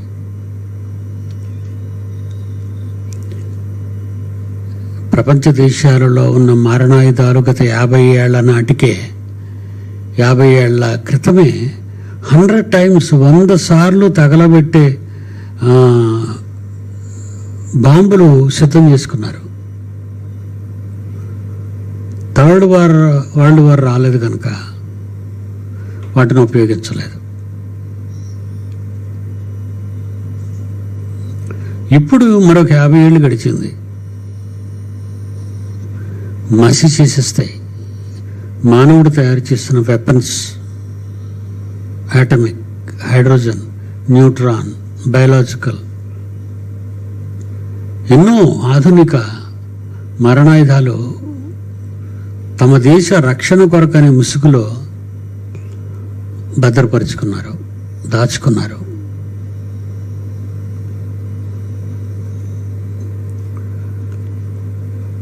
ఇంతకీ దేవుడు తగలబెడతాడా, మనిషి తగలబెడతాడా? మనిషి వాడు చేస్తున్న పొరపాట్ల వలన వాడుగానే తగలబెట్టుకునే స్థితికి వాడు వచ్చేసాడు.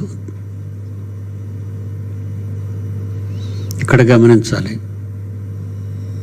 మళ్ళా చూద్దాం ఆ రెఫరెన్స్ 3:7 2 పేతురు. ఇప్పుడున్న ఆకాశము భూమి భక్తిహీనుల తీర్పు నాశనము జరుగు దినము వరకు అగ్ని కొరకు నిలువ చేయబడినవై అదే వాక్యం వలన భద్రము చేయబడి ఉన్నవి. వాక్యం వలన భద్రము చేయబడి ఉన్నవి, అగ్ని కొరకు నిలువ చేయబడి ఉన్నవి. అదే వాక్యం వల్ల, దేవుని మాటల వలన భద్రపరచబడింది ప్రకృతి మనుష్యుల మంటలలో మాడిపోవటానికి సిద్ధంగా ఉంది.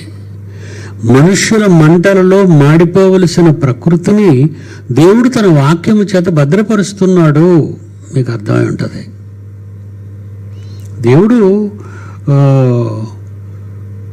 దేవుని చేతికి మట్టి అంటుకోకూడదనా? మనిషి తన కొరకు తానే మండించుకునేటంతటి ఎత్తుకు ఎదిగిపోయినప్పుడు,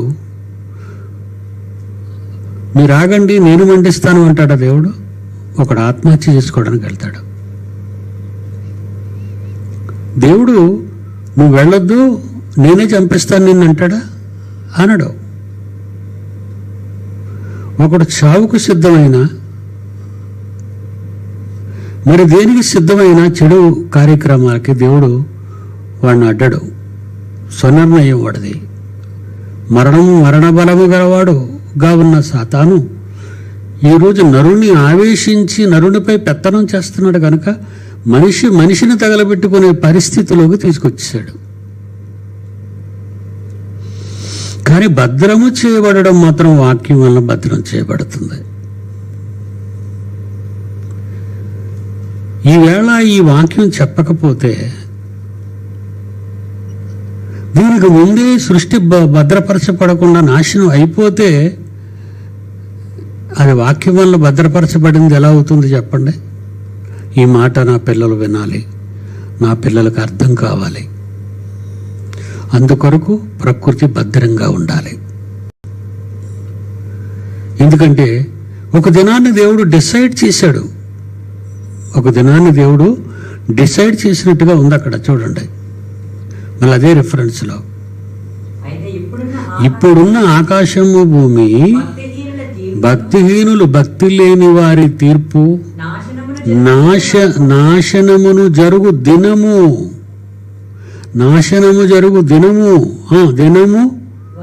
వరకు దినము వరకు ఆ రోజు కొరకు అగ్ని కొరకు నిలువ చేయబడ్డాయి. దేవుడు నిలబెట్టాడు. మనుషుడు ఎప్పుడైనా తగలబెడతాడనుకుంటే వాక్యం వల్ల అనేక మంది భద్రపరచబడే కార్యక్రమం ఈరోజు ప్రపంచంలో సార్వత్రిక దేవుని సంఘం ద్వారా జరుగుతుంది. గమనించండి. సుమారు 1 year అబౌవ్ కరోనా ఎంట్రీ ఈ వాక్యాన్ని నిమ్మళంగా నిర్మలంగా వినిపించే అవకాశం దేవుడు ఎందుకు ఇచ్చాడో ఒకసారి నా పిల్లలు ఆలోచిస్తే మంచిది. అందరూ పండగలు, పబ్బాలు, పెళ్ళిళ్ళు ఇవన్నీ గతంలో జరిగినాయి. సృష్టి కార్యక్రమంలో నోవహు దినం జరిగినటువంటివి ఇవన్నీ సేమ్. కానీ ఈరోజు ప్రజలను నిమ్మళంగా, ప్రజలలో ఎవరో దేవుని నమ్మని వాళ్ళని వదిలేసేయండి. 760లో 300 తీసేయండి. మీ 300 మాత్రమే యేసు ప్రభు అని ఏదో చిన్న గౌరవం, క్రిస్టియానిటీ, దేవుడు అని ఏదో చిన్న భయం వాళ్ళలో ఉంది.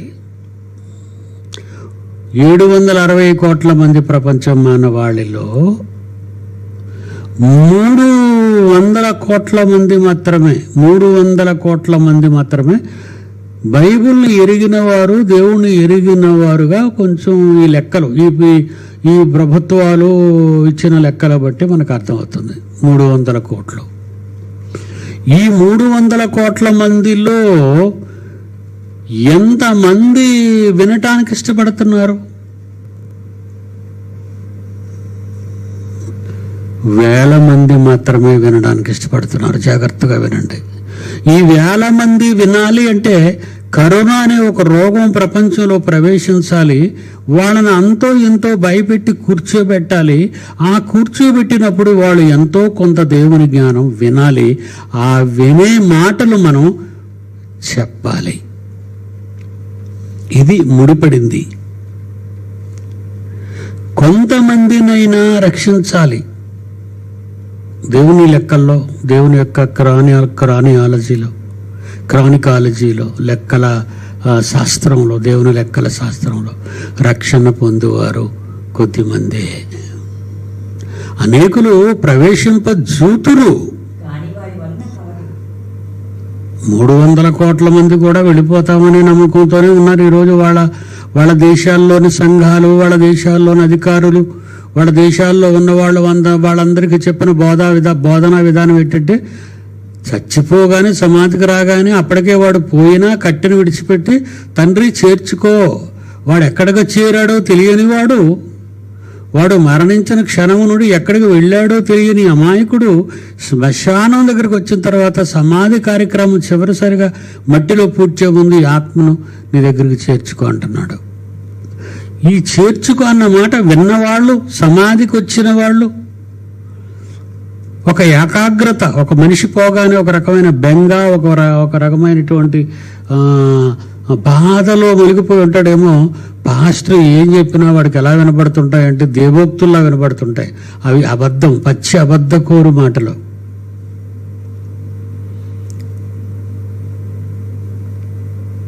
పచ్చి అబద్ధపు మాటలు అవన్నీ. ఆ మాటలు బెరకెక్కిపోతాయి. ఈ ఆత్మను నీ సన్నిధికి చేర్చుకో తండ్రి అంటే యాజకుడు, భక్తుడు, సేవకుడు చెప్పేస్తే వెళ్ళిపోతారన్నమాట. అంతేనా? గుడికి వెళ్ళొచ్చు, వెళ్ళకపోవచ్చు. క్రైస్తవుడిగా జీవించవచ్చు, జీవించకపోవచ్చు. యేసుప్రభు రక్తం మన పాపాలు కడిగేస్తుంది అనేది ఎంత ధారాళంగా నమ్ముతాడో మాటను. యేసుప్రభు రక్తం మన పాపాలు కడిగేస్తుందని ఎంత ధారాళంగా నమ్ముతాడో, సత్యం ప్రతివాడు దేవుని సన్నిధికి వెళ్ళిపోతాడు అనేది కూడా అంత ధారాళంగా నమ్ముతాడు. ఇది 300 కోట్ల మంది క్రైస్తవుల్లో ఉన్న దౌర్భాగ్యపు మూర్ఖత్వపు అతి మూర్ఖపు నమ్మకం.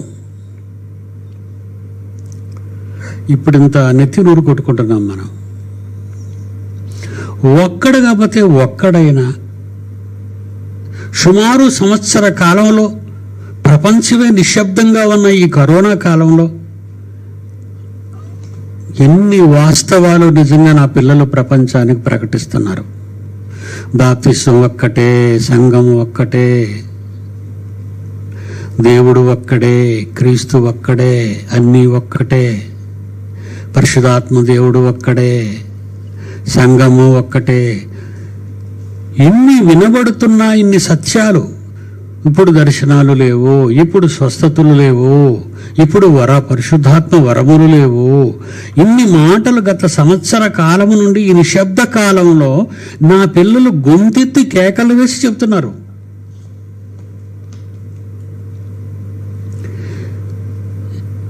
దేవుడు ఈ సమాజానికి ఇచ్చిన చివరి గడియ మేలుకొలుపులు ఇవన్నీ. ఎక్కడికి బయటికి పోలేవు గనక మొత్తానికి ఎక్కడికైనా కూర్చొని 2 మాటలు వినే అవకాశం. మన మాటలు వినడానికి ఎందుకు ఇష్టపడరు అంటే ఇవి ప్రమాదకరంగా కనబడుతున్నాయి, వాళ్ళ జీవితంలో వ్యతిరేకంగా వినబడుతున్నాయి, వాళ్ళు అసలు అవేమీ చెయ్యకుండా పట్టించుకోకుండా బ్రతుకుతున్నారు అనే మాయ బ్రతుకు వీళ్ళకి అర్థమైపోతుంది. బ్యాప్టిస్ట్ క్రైస్తవుడు ఏంటి? లేదే బైబిల్లో. పెంతెకోస్తు పండుగ దినపు క్రైస్తవుడు ఏంటి? లేదే బైబిల్లో. బెతస్తా అని కోనేటి సంఘం ఏంటి? బెతస్తా చర్చ్ ఏంటి? అది బైబిల్లో లేదు.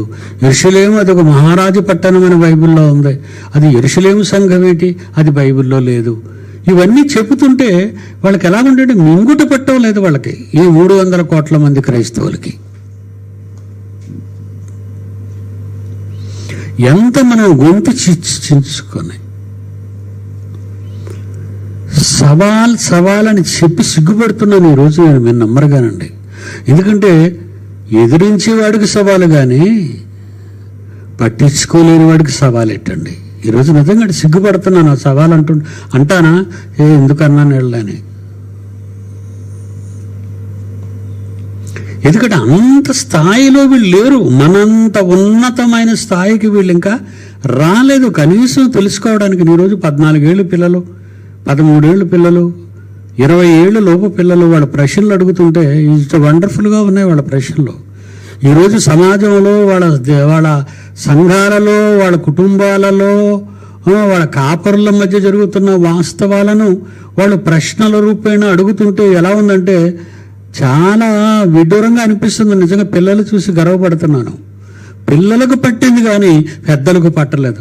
ఏమండి నాకు ఇది ప్రశ్న, నా వయసు 60, ఏమైనా అలాంటి క్వశ్చన్ వచ్చిందని ఆయన చెప్పండి. ఏమండి నాది ప్రశ్న, నాది ఇప్పుడు 70 ఏళ్ళు. ఇక్కడ ముదిరిపోయిన బెండకాయలు ఇవన్నీ అవి వినవవి. పిల్లలు అడుగుతున్నారు, చిన్న పిల్లలు. డాడీ ఇది ఏంటి డాడీ? పిల్లలకున్న మనస్సు పిల్లలు ఎలాగ ఆలోచిస్తున్నారు చూసారా? ఈరోజు మనం చెబుతున్న ఈ ప్రశ్న జవాబుల కార్యక్రమం కానీ, నా పిల్లలైన వారు కళాశాలలో, రీసెర్చ్ సెంటర్స్, మరి బైబిల్ యూనివర్సిటీ ద్వారా జరుగుతున్నటువంటి మహోన్నతమైన వాక్య ప్రకటన కార్యక్రమాలు నా పిల్లలు మరి ప్రకటిస్తున్నప్పుడు, వినిపిస్తున్నప్పుడు వాళ్ళు అనేక మంది చిన్నపిల్లలు విని పాపం తెగక వాళ్ళు ఆలోచనలో పడిపోయి ఏం చేయాలో తెలియక పాపం ప్రశ్నలు అడుగుతున్నారు. వెరీ గుడ్ చిల్డ్రన్, మీరు చాలా గొప్పవాళ్ళు.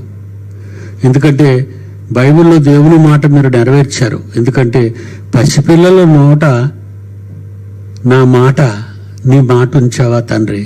అదే మత్తయి సువార్త 11వ అధ్యాయం 25వ వచనంలో పిల్లల నోటే వస్తుంది అది. ఆ రోజు కేకలు వేసినప్పుడు రాళ్ళు కేకలు వేస్తాయి, ఆ పిల్లల్ని నోరు మూయిస్తే అన్నాడు యేసుక్రీస్తు. అదే బాధ. ఈ ట్యాలీ మీరు చూడాలి, ఈ సందర్భాలు మీరు చూడాలి.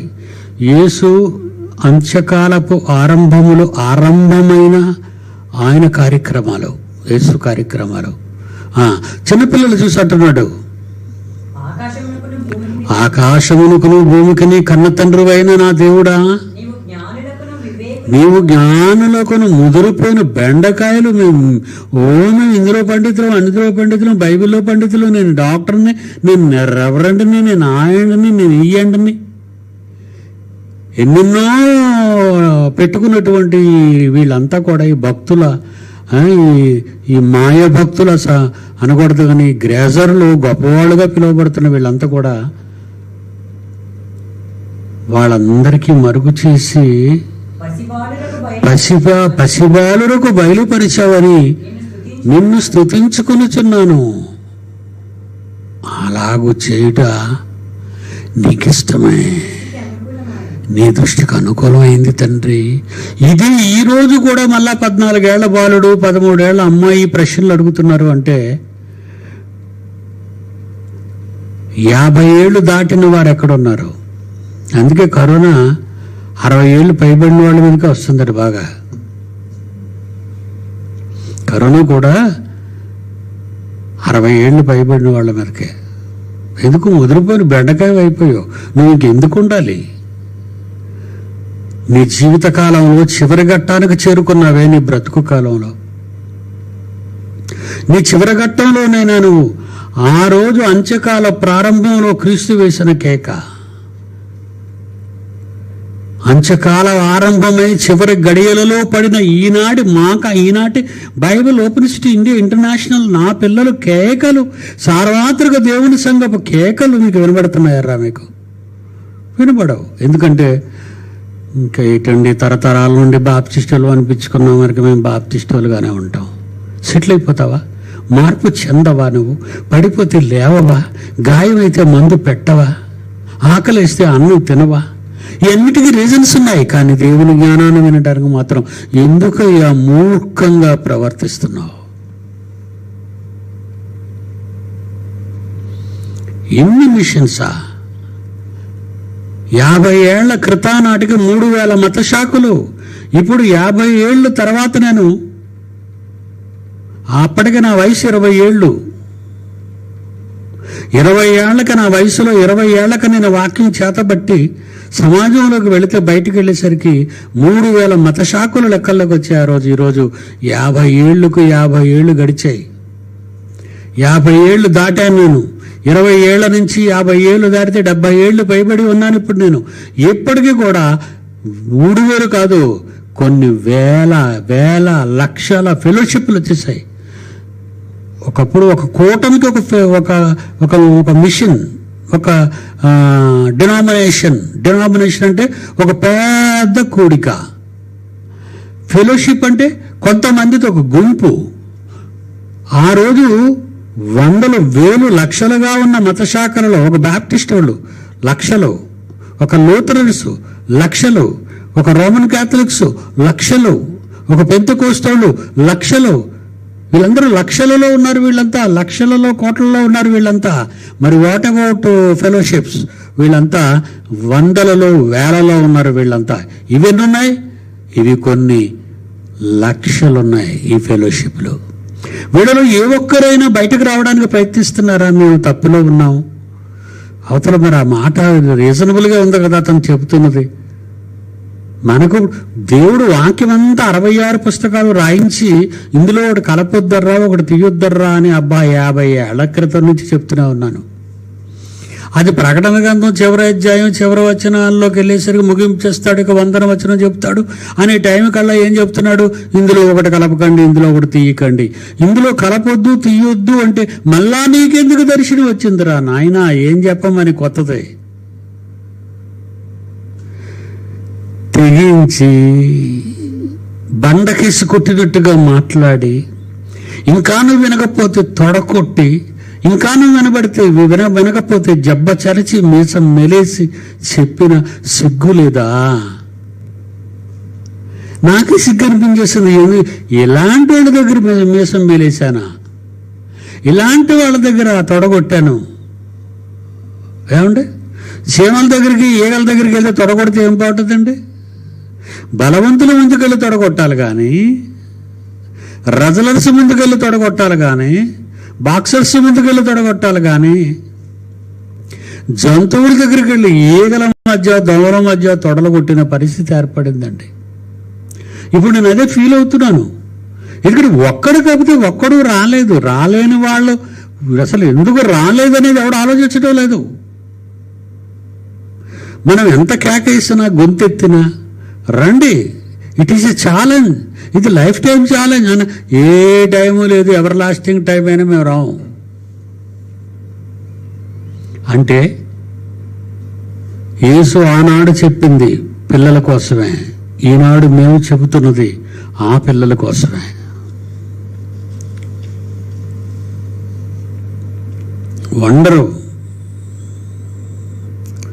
వండర్ ఏంటంటే దేవుని వాక్యము భద్రం చేసింది ప్రకృతి నాశనం కాకుండా. ఎక్కడ దేవుని వాక్యం, ఎందుకు దేవుని వాక్యం భద్రం చేసిందని మీరు అనుకుంటున్నారా? ఒకటి, వాళ్ళగానే గొయ్యి తవ్వుకుంటున్నారు. దేవుడిని పండించే వరకు ఆగనంటున్నారు. ఇప్పుడు ఇక్కడ పరిస్థితి ఏంటంటే వరల్డ్ వార్ వచ్చేస్తున్నాం. వరల్డ్ వార్కి కోపం వచ్చినప్పుడు ప్రతి అగ్రరాజ్యం వరల్డ్ వార్కే. కానీ మూడో ప్రపంచ యుద్ధం కోరుకున్న ఏ దేశం అయినా ఆ యుద్ధం అంటూ జరిగితే అగ్రరాజ్యంలా కాదు, బెకార రాజ్యం కాదు, ఏది ఉండదో జీవనేది, భూమి మీద జీవనేది ఉండదు. అది ఒక్కటే వీళ్ళని భయపెడుతుంది. చైనా వాడు ఈరోజు ప్రపంచ రాజ్యాలలో నేను అమెరికాను మించిపోవాలి, పేరు తెచ్చుకోవాలి. ఇదిగో సూర్యుడిని ఏదో దాని క్యాప్సూల్ తయారు చేశారట మండించుకోవడానికి వాడు దేశం మీద సూర్యుడిని. ఇక దేవుడు ఎందుకు పెట్టాడు రా సూర్యుడిని? అసలు నీ సూర్యుడు ఉంటాడా? నీ సూర్యుడు వాళ్ళను వెలిగించుకుని పైకి పంపితే నీ దేశం మీద కదా ఎలాంటి విపత్తులు తీసుకొస్తుందా? ఆ ఎర్రోడికి అర్థం అవుదండి. ఈ మాటలు మీరు నోట్ చేసుకోండి. ఆ ఎర్రోడికి ఎవరు చెప్తే వింటారు? మనం చెప్తాం ఇండియా వాళ్ళ. ఒరే, ప్రకృతిలో నిజంగా నువ్వు దేవుడు నమ్మకపోయావు, కానీ మనకంటూ ఒక సూర్యుడు ఉన్నాడు గగనతలంలో, అది సరిపోద్ది కదా. మళ్ళా మీకెందుకురా ఈ సూర్యుడు అంటే? ఒరే, మన గొప్పతనాన్ని భరించలేక భారతీయులు మన మీద సణుక్కుంటున్నారు, మూలుక్కుంటున్నారు. మన దగ్గర ఏమో సిగ్గుపడుతున్నారు. వాళ్ళు మన గొప్పతనాన్ని భరించలేకపోతున్నారు ఈర్ష్యతో అని అంటారు. ఒక దేశం మీద మరొక దేశం ఏదైనా మంచి చెబితే దాన్ని ఎలా తీసుకుంటున్నారు? వాళ్ళు ఫన్నీగా తీసుకుంటున్నారు, జోక్గా తీసుకుంటున్నారు.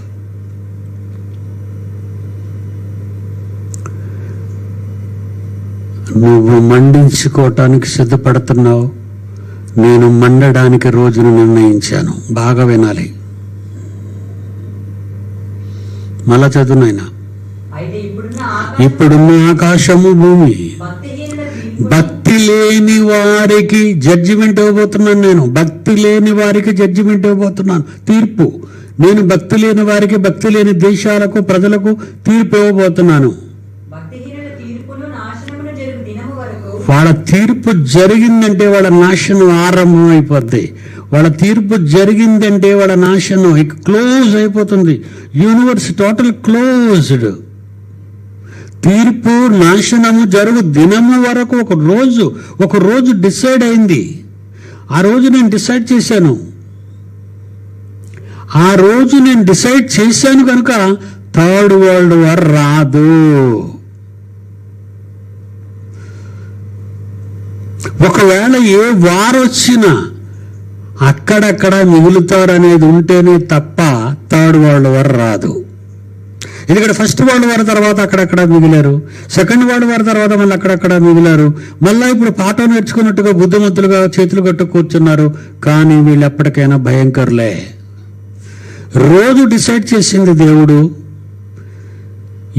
ఈ ప్రకృతి వినాశనం జరగకుండా ఒక రోజుని నిర్ణయించింది దేవుడే. ఇక్కడ ఒక సస్పెన్స్ ఏంటంటే, దేవుడు మండిస్తాడా, మనిషికి తనకు తానుగానే మండిపోతాడా? ఈ మండిపోతాడా అన్న దానికి నేను మీకు ఒక ఎగ్జాంపుల్ ఇప్పుడే మీకు చెప్పాను.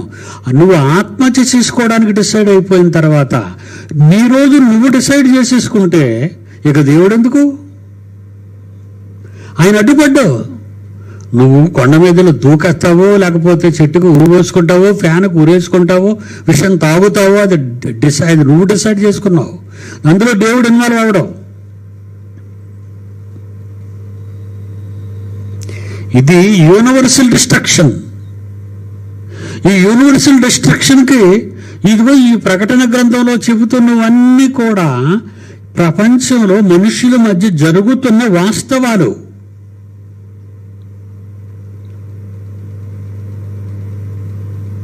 గమనించాలి.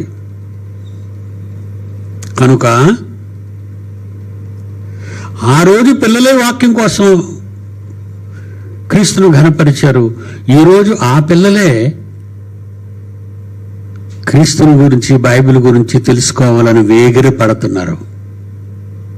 Same situation. అంటే వాక్యము, సత్యమైన క్రీస్తు, నేనే వాక్యం, నేనే జీవమును, నేనే మార్గమును, సత్యమును, జీవమును యేసుక్రీస్తు అంటున్నాడు. ఆనాడు వాక్యమైన యేసు పిల్లల చేత ప్రశంసలు అందుకున్నాడు. ఈరోజు వాక్యమైన ఈ యేసు, బైబిల్, ఈ వాక్యం పిల్లలు తమ సమస్యలతో వాస్తవాలను తెలుసుకుంటున్నారు. చూడండి, పోలికలలో వినాశనానికి దగ్గర పడుతున్నాము, వినాశనానికి ఊగుతుంది ప్రకృతి అనేది మనకు అర్థమైపోతుంది ప్రాక్టికల్గా కూడా.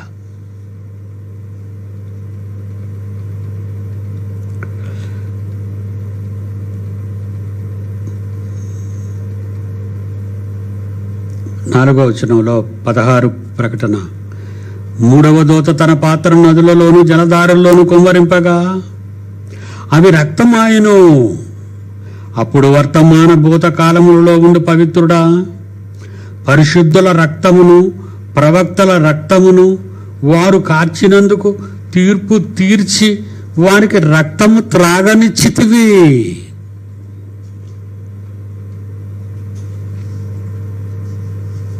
ఏమండి, ఏం చేశాడట? రక్తాన్ని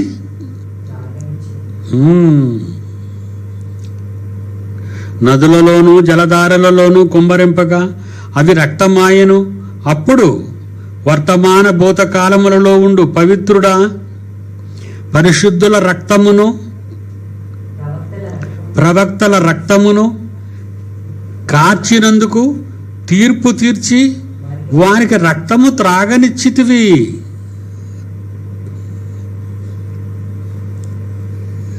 వారికి రక్తము త్రాగనిచ్చితివి అంటున్నాడు. చూడండి,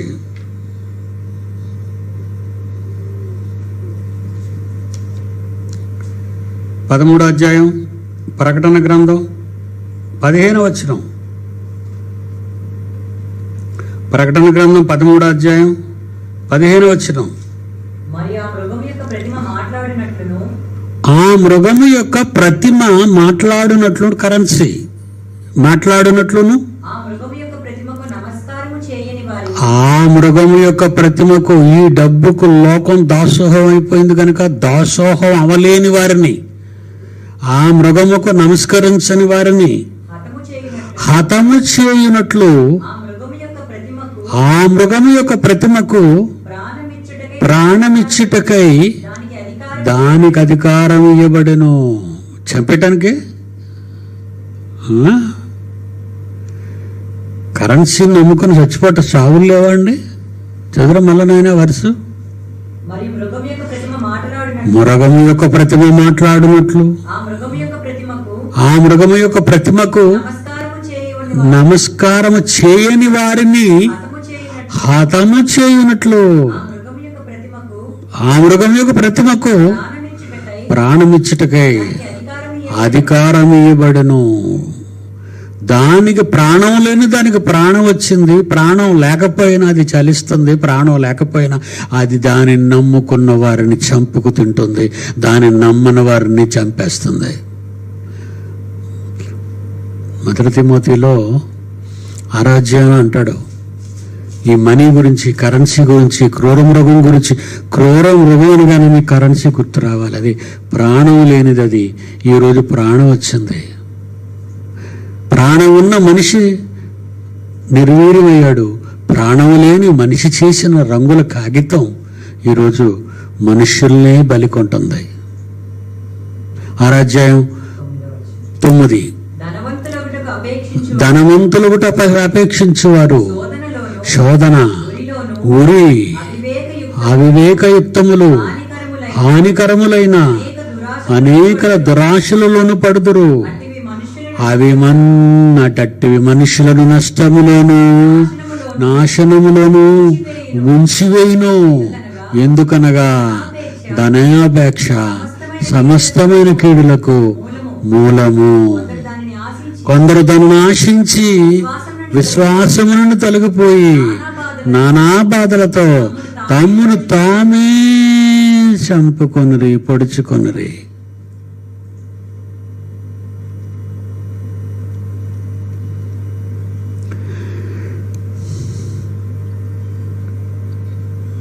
ఐదవ వచనంలో 16 అప్పుడు వర్తమాన భూత కాలములలో ఉండి పవిత్రుడా, పరిశుద్ధుల రక్తమును ప్రవక్తల రక్తమును వారు కార్చినందుకు తీర్పు తీర్చి వారికి రక్తము త్రాగనిచ్చితివి.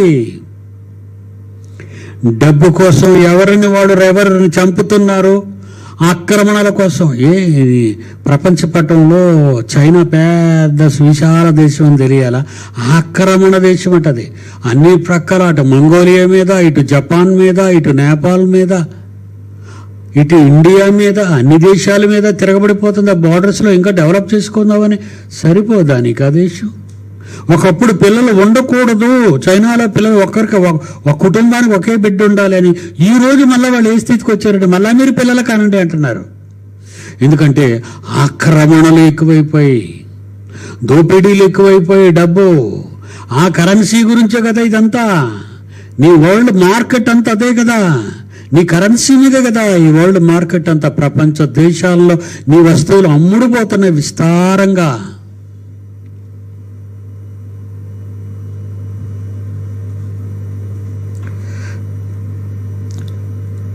పద్దెనిమిదో అధ్యాయం ప్రకటన గ్రంథం 24వ వచనం.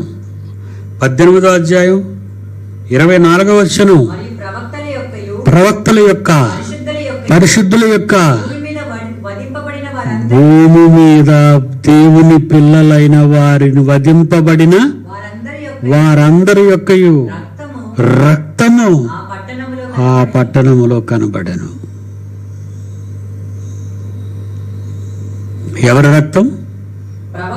ప్రవక్తల యొక్క పరిశుద్ధుల యొక్క భూమి మీద వధింపబడిన అందరి యొక్క రక్తం మీ పట్టణాలలో కనబడుతుందరా.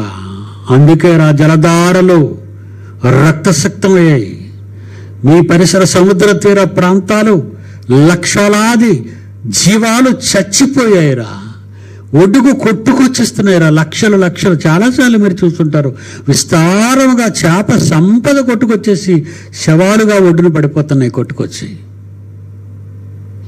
తినటానికి మంచి ఆహారం పెట్టాడు దేవుడు నీకు.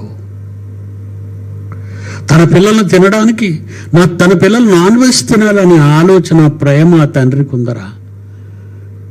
ఆఫీసు నుండి ఇంటికి వచ్చే ప్రతి తండ్రి ఈ రోజు నా పిల్లలకి మంచి ఫిష్ పెట్టాలి, ఈ రోజు నా పిల్లలకి మంచి మటన్ కర్రీ పెట్టాలి, మంచి చికెన్ కర్రీ పెట్టాలి అనుకుంటాడే తండ్రి. ప్రతిరోజు మార్కెట్కి వెళ్ళిన తల్లి ఈ రోజున మా ఆయనకి మంచి భోజనం పెట్టాలి. అలాగ మన కన్న తండ్రి మన కొరకు ఇన్ని ఏర్పాట్లు చేసి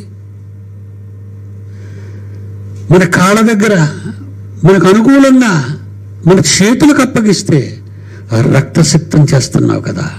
అందుకే నీకు రక్తాన్ని చూపిస్తున్నాడు. కీర్తనల గ్రంథం 79వ అధ్యాయం 8వ వచనం. 79వ అధ్యాయం 8వ వచనం కీర్తనల గ్రంథం.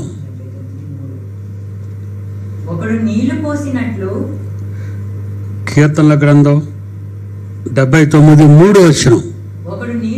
ఒకడు నీరు పోసినట్లు యెరూషలేము చుట్టూ వారి రక్తము పారబోసి ఉన్నారు. ఎంతమంది ప్రవక్తలను చంపారా. యెరూషలేమా ప్రవక్తలను చంపచ్చు. నీ యొద్దకు పంపబడిన ప్రతి దైవ జనుని చంపేశావు కదే. ఈరోజు నా పిల్లలండి, మీకోసం చెప్తున్నాను ఇదంతా.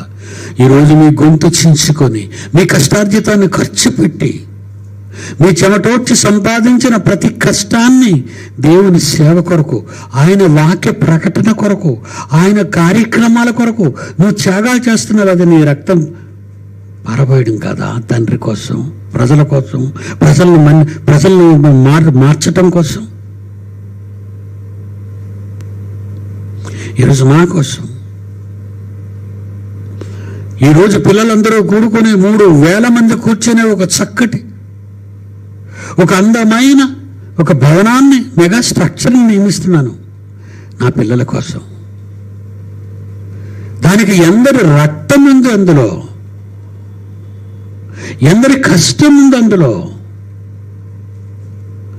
వాక్యాన్ని ప్రకటించే వాళ్ళకి ధనాన్ని సహాయం చేస్తున్నారు. కన్న తండ్రిని గొప్పగా ప్రజల్లో చూపించడానికి షార్ట్ ఫిల్మ్లు తీస్తున్నటువంటి సంతోష్ లాంటి వారికి ఎంత ధనాన్ని సహాయం చేస్తున్నారు.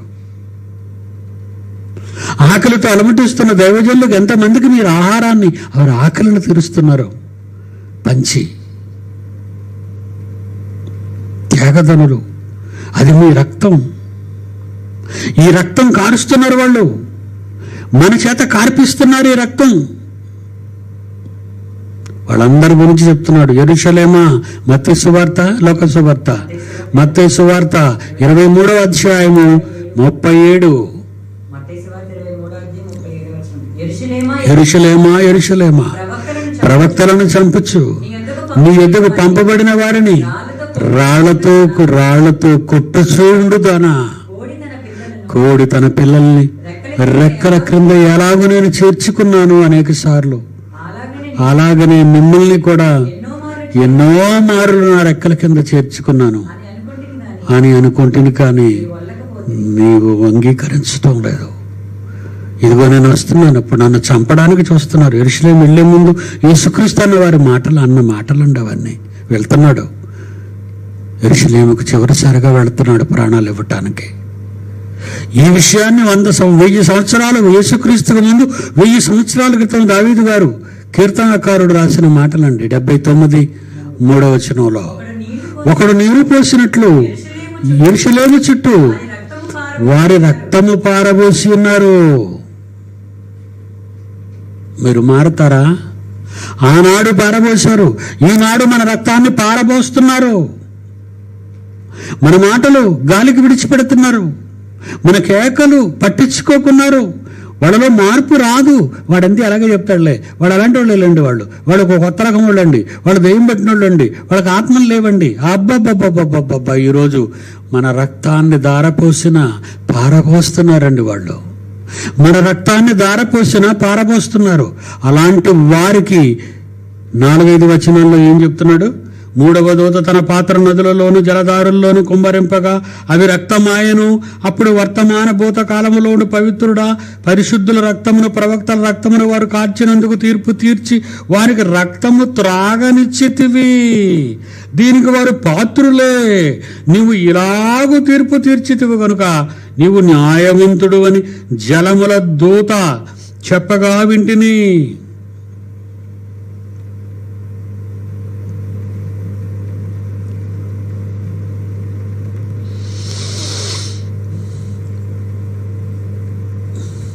దేవుని పిల్లలారా, మన కష్టాన్ని దేవుడు చూస్తున్నాడు. ఒకవేళ మీరు ఏమైనా అనుకుంటే అవిశ్వాసం అనేది మీలో ఉండకూడదు. మీరు తోబిలోనికి తీసిన ప్రతి పైసా దేవుని లెక్కల్లో ఉంటుంది, మనుషుల లెక్కల్లో ఉండదు. ఎన్ని కోట్లు ఇవ్వు, వాడు మర్చిపోతారు. నయా పైసా దేవునికి ఇచ్చావా, అది నీ రక్తం నుండి వచ్చిన పైసా.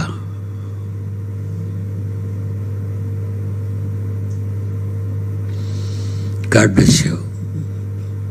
నెక్స్ట్ వీక్ కలుసుకుందాం.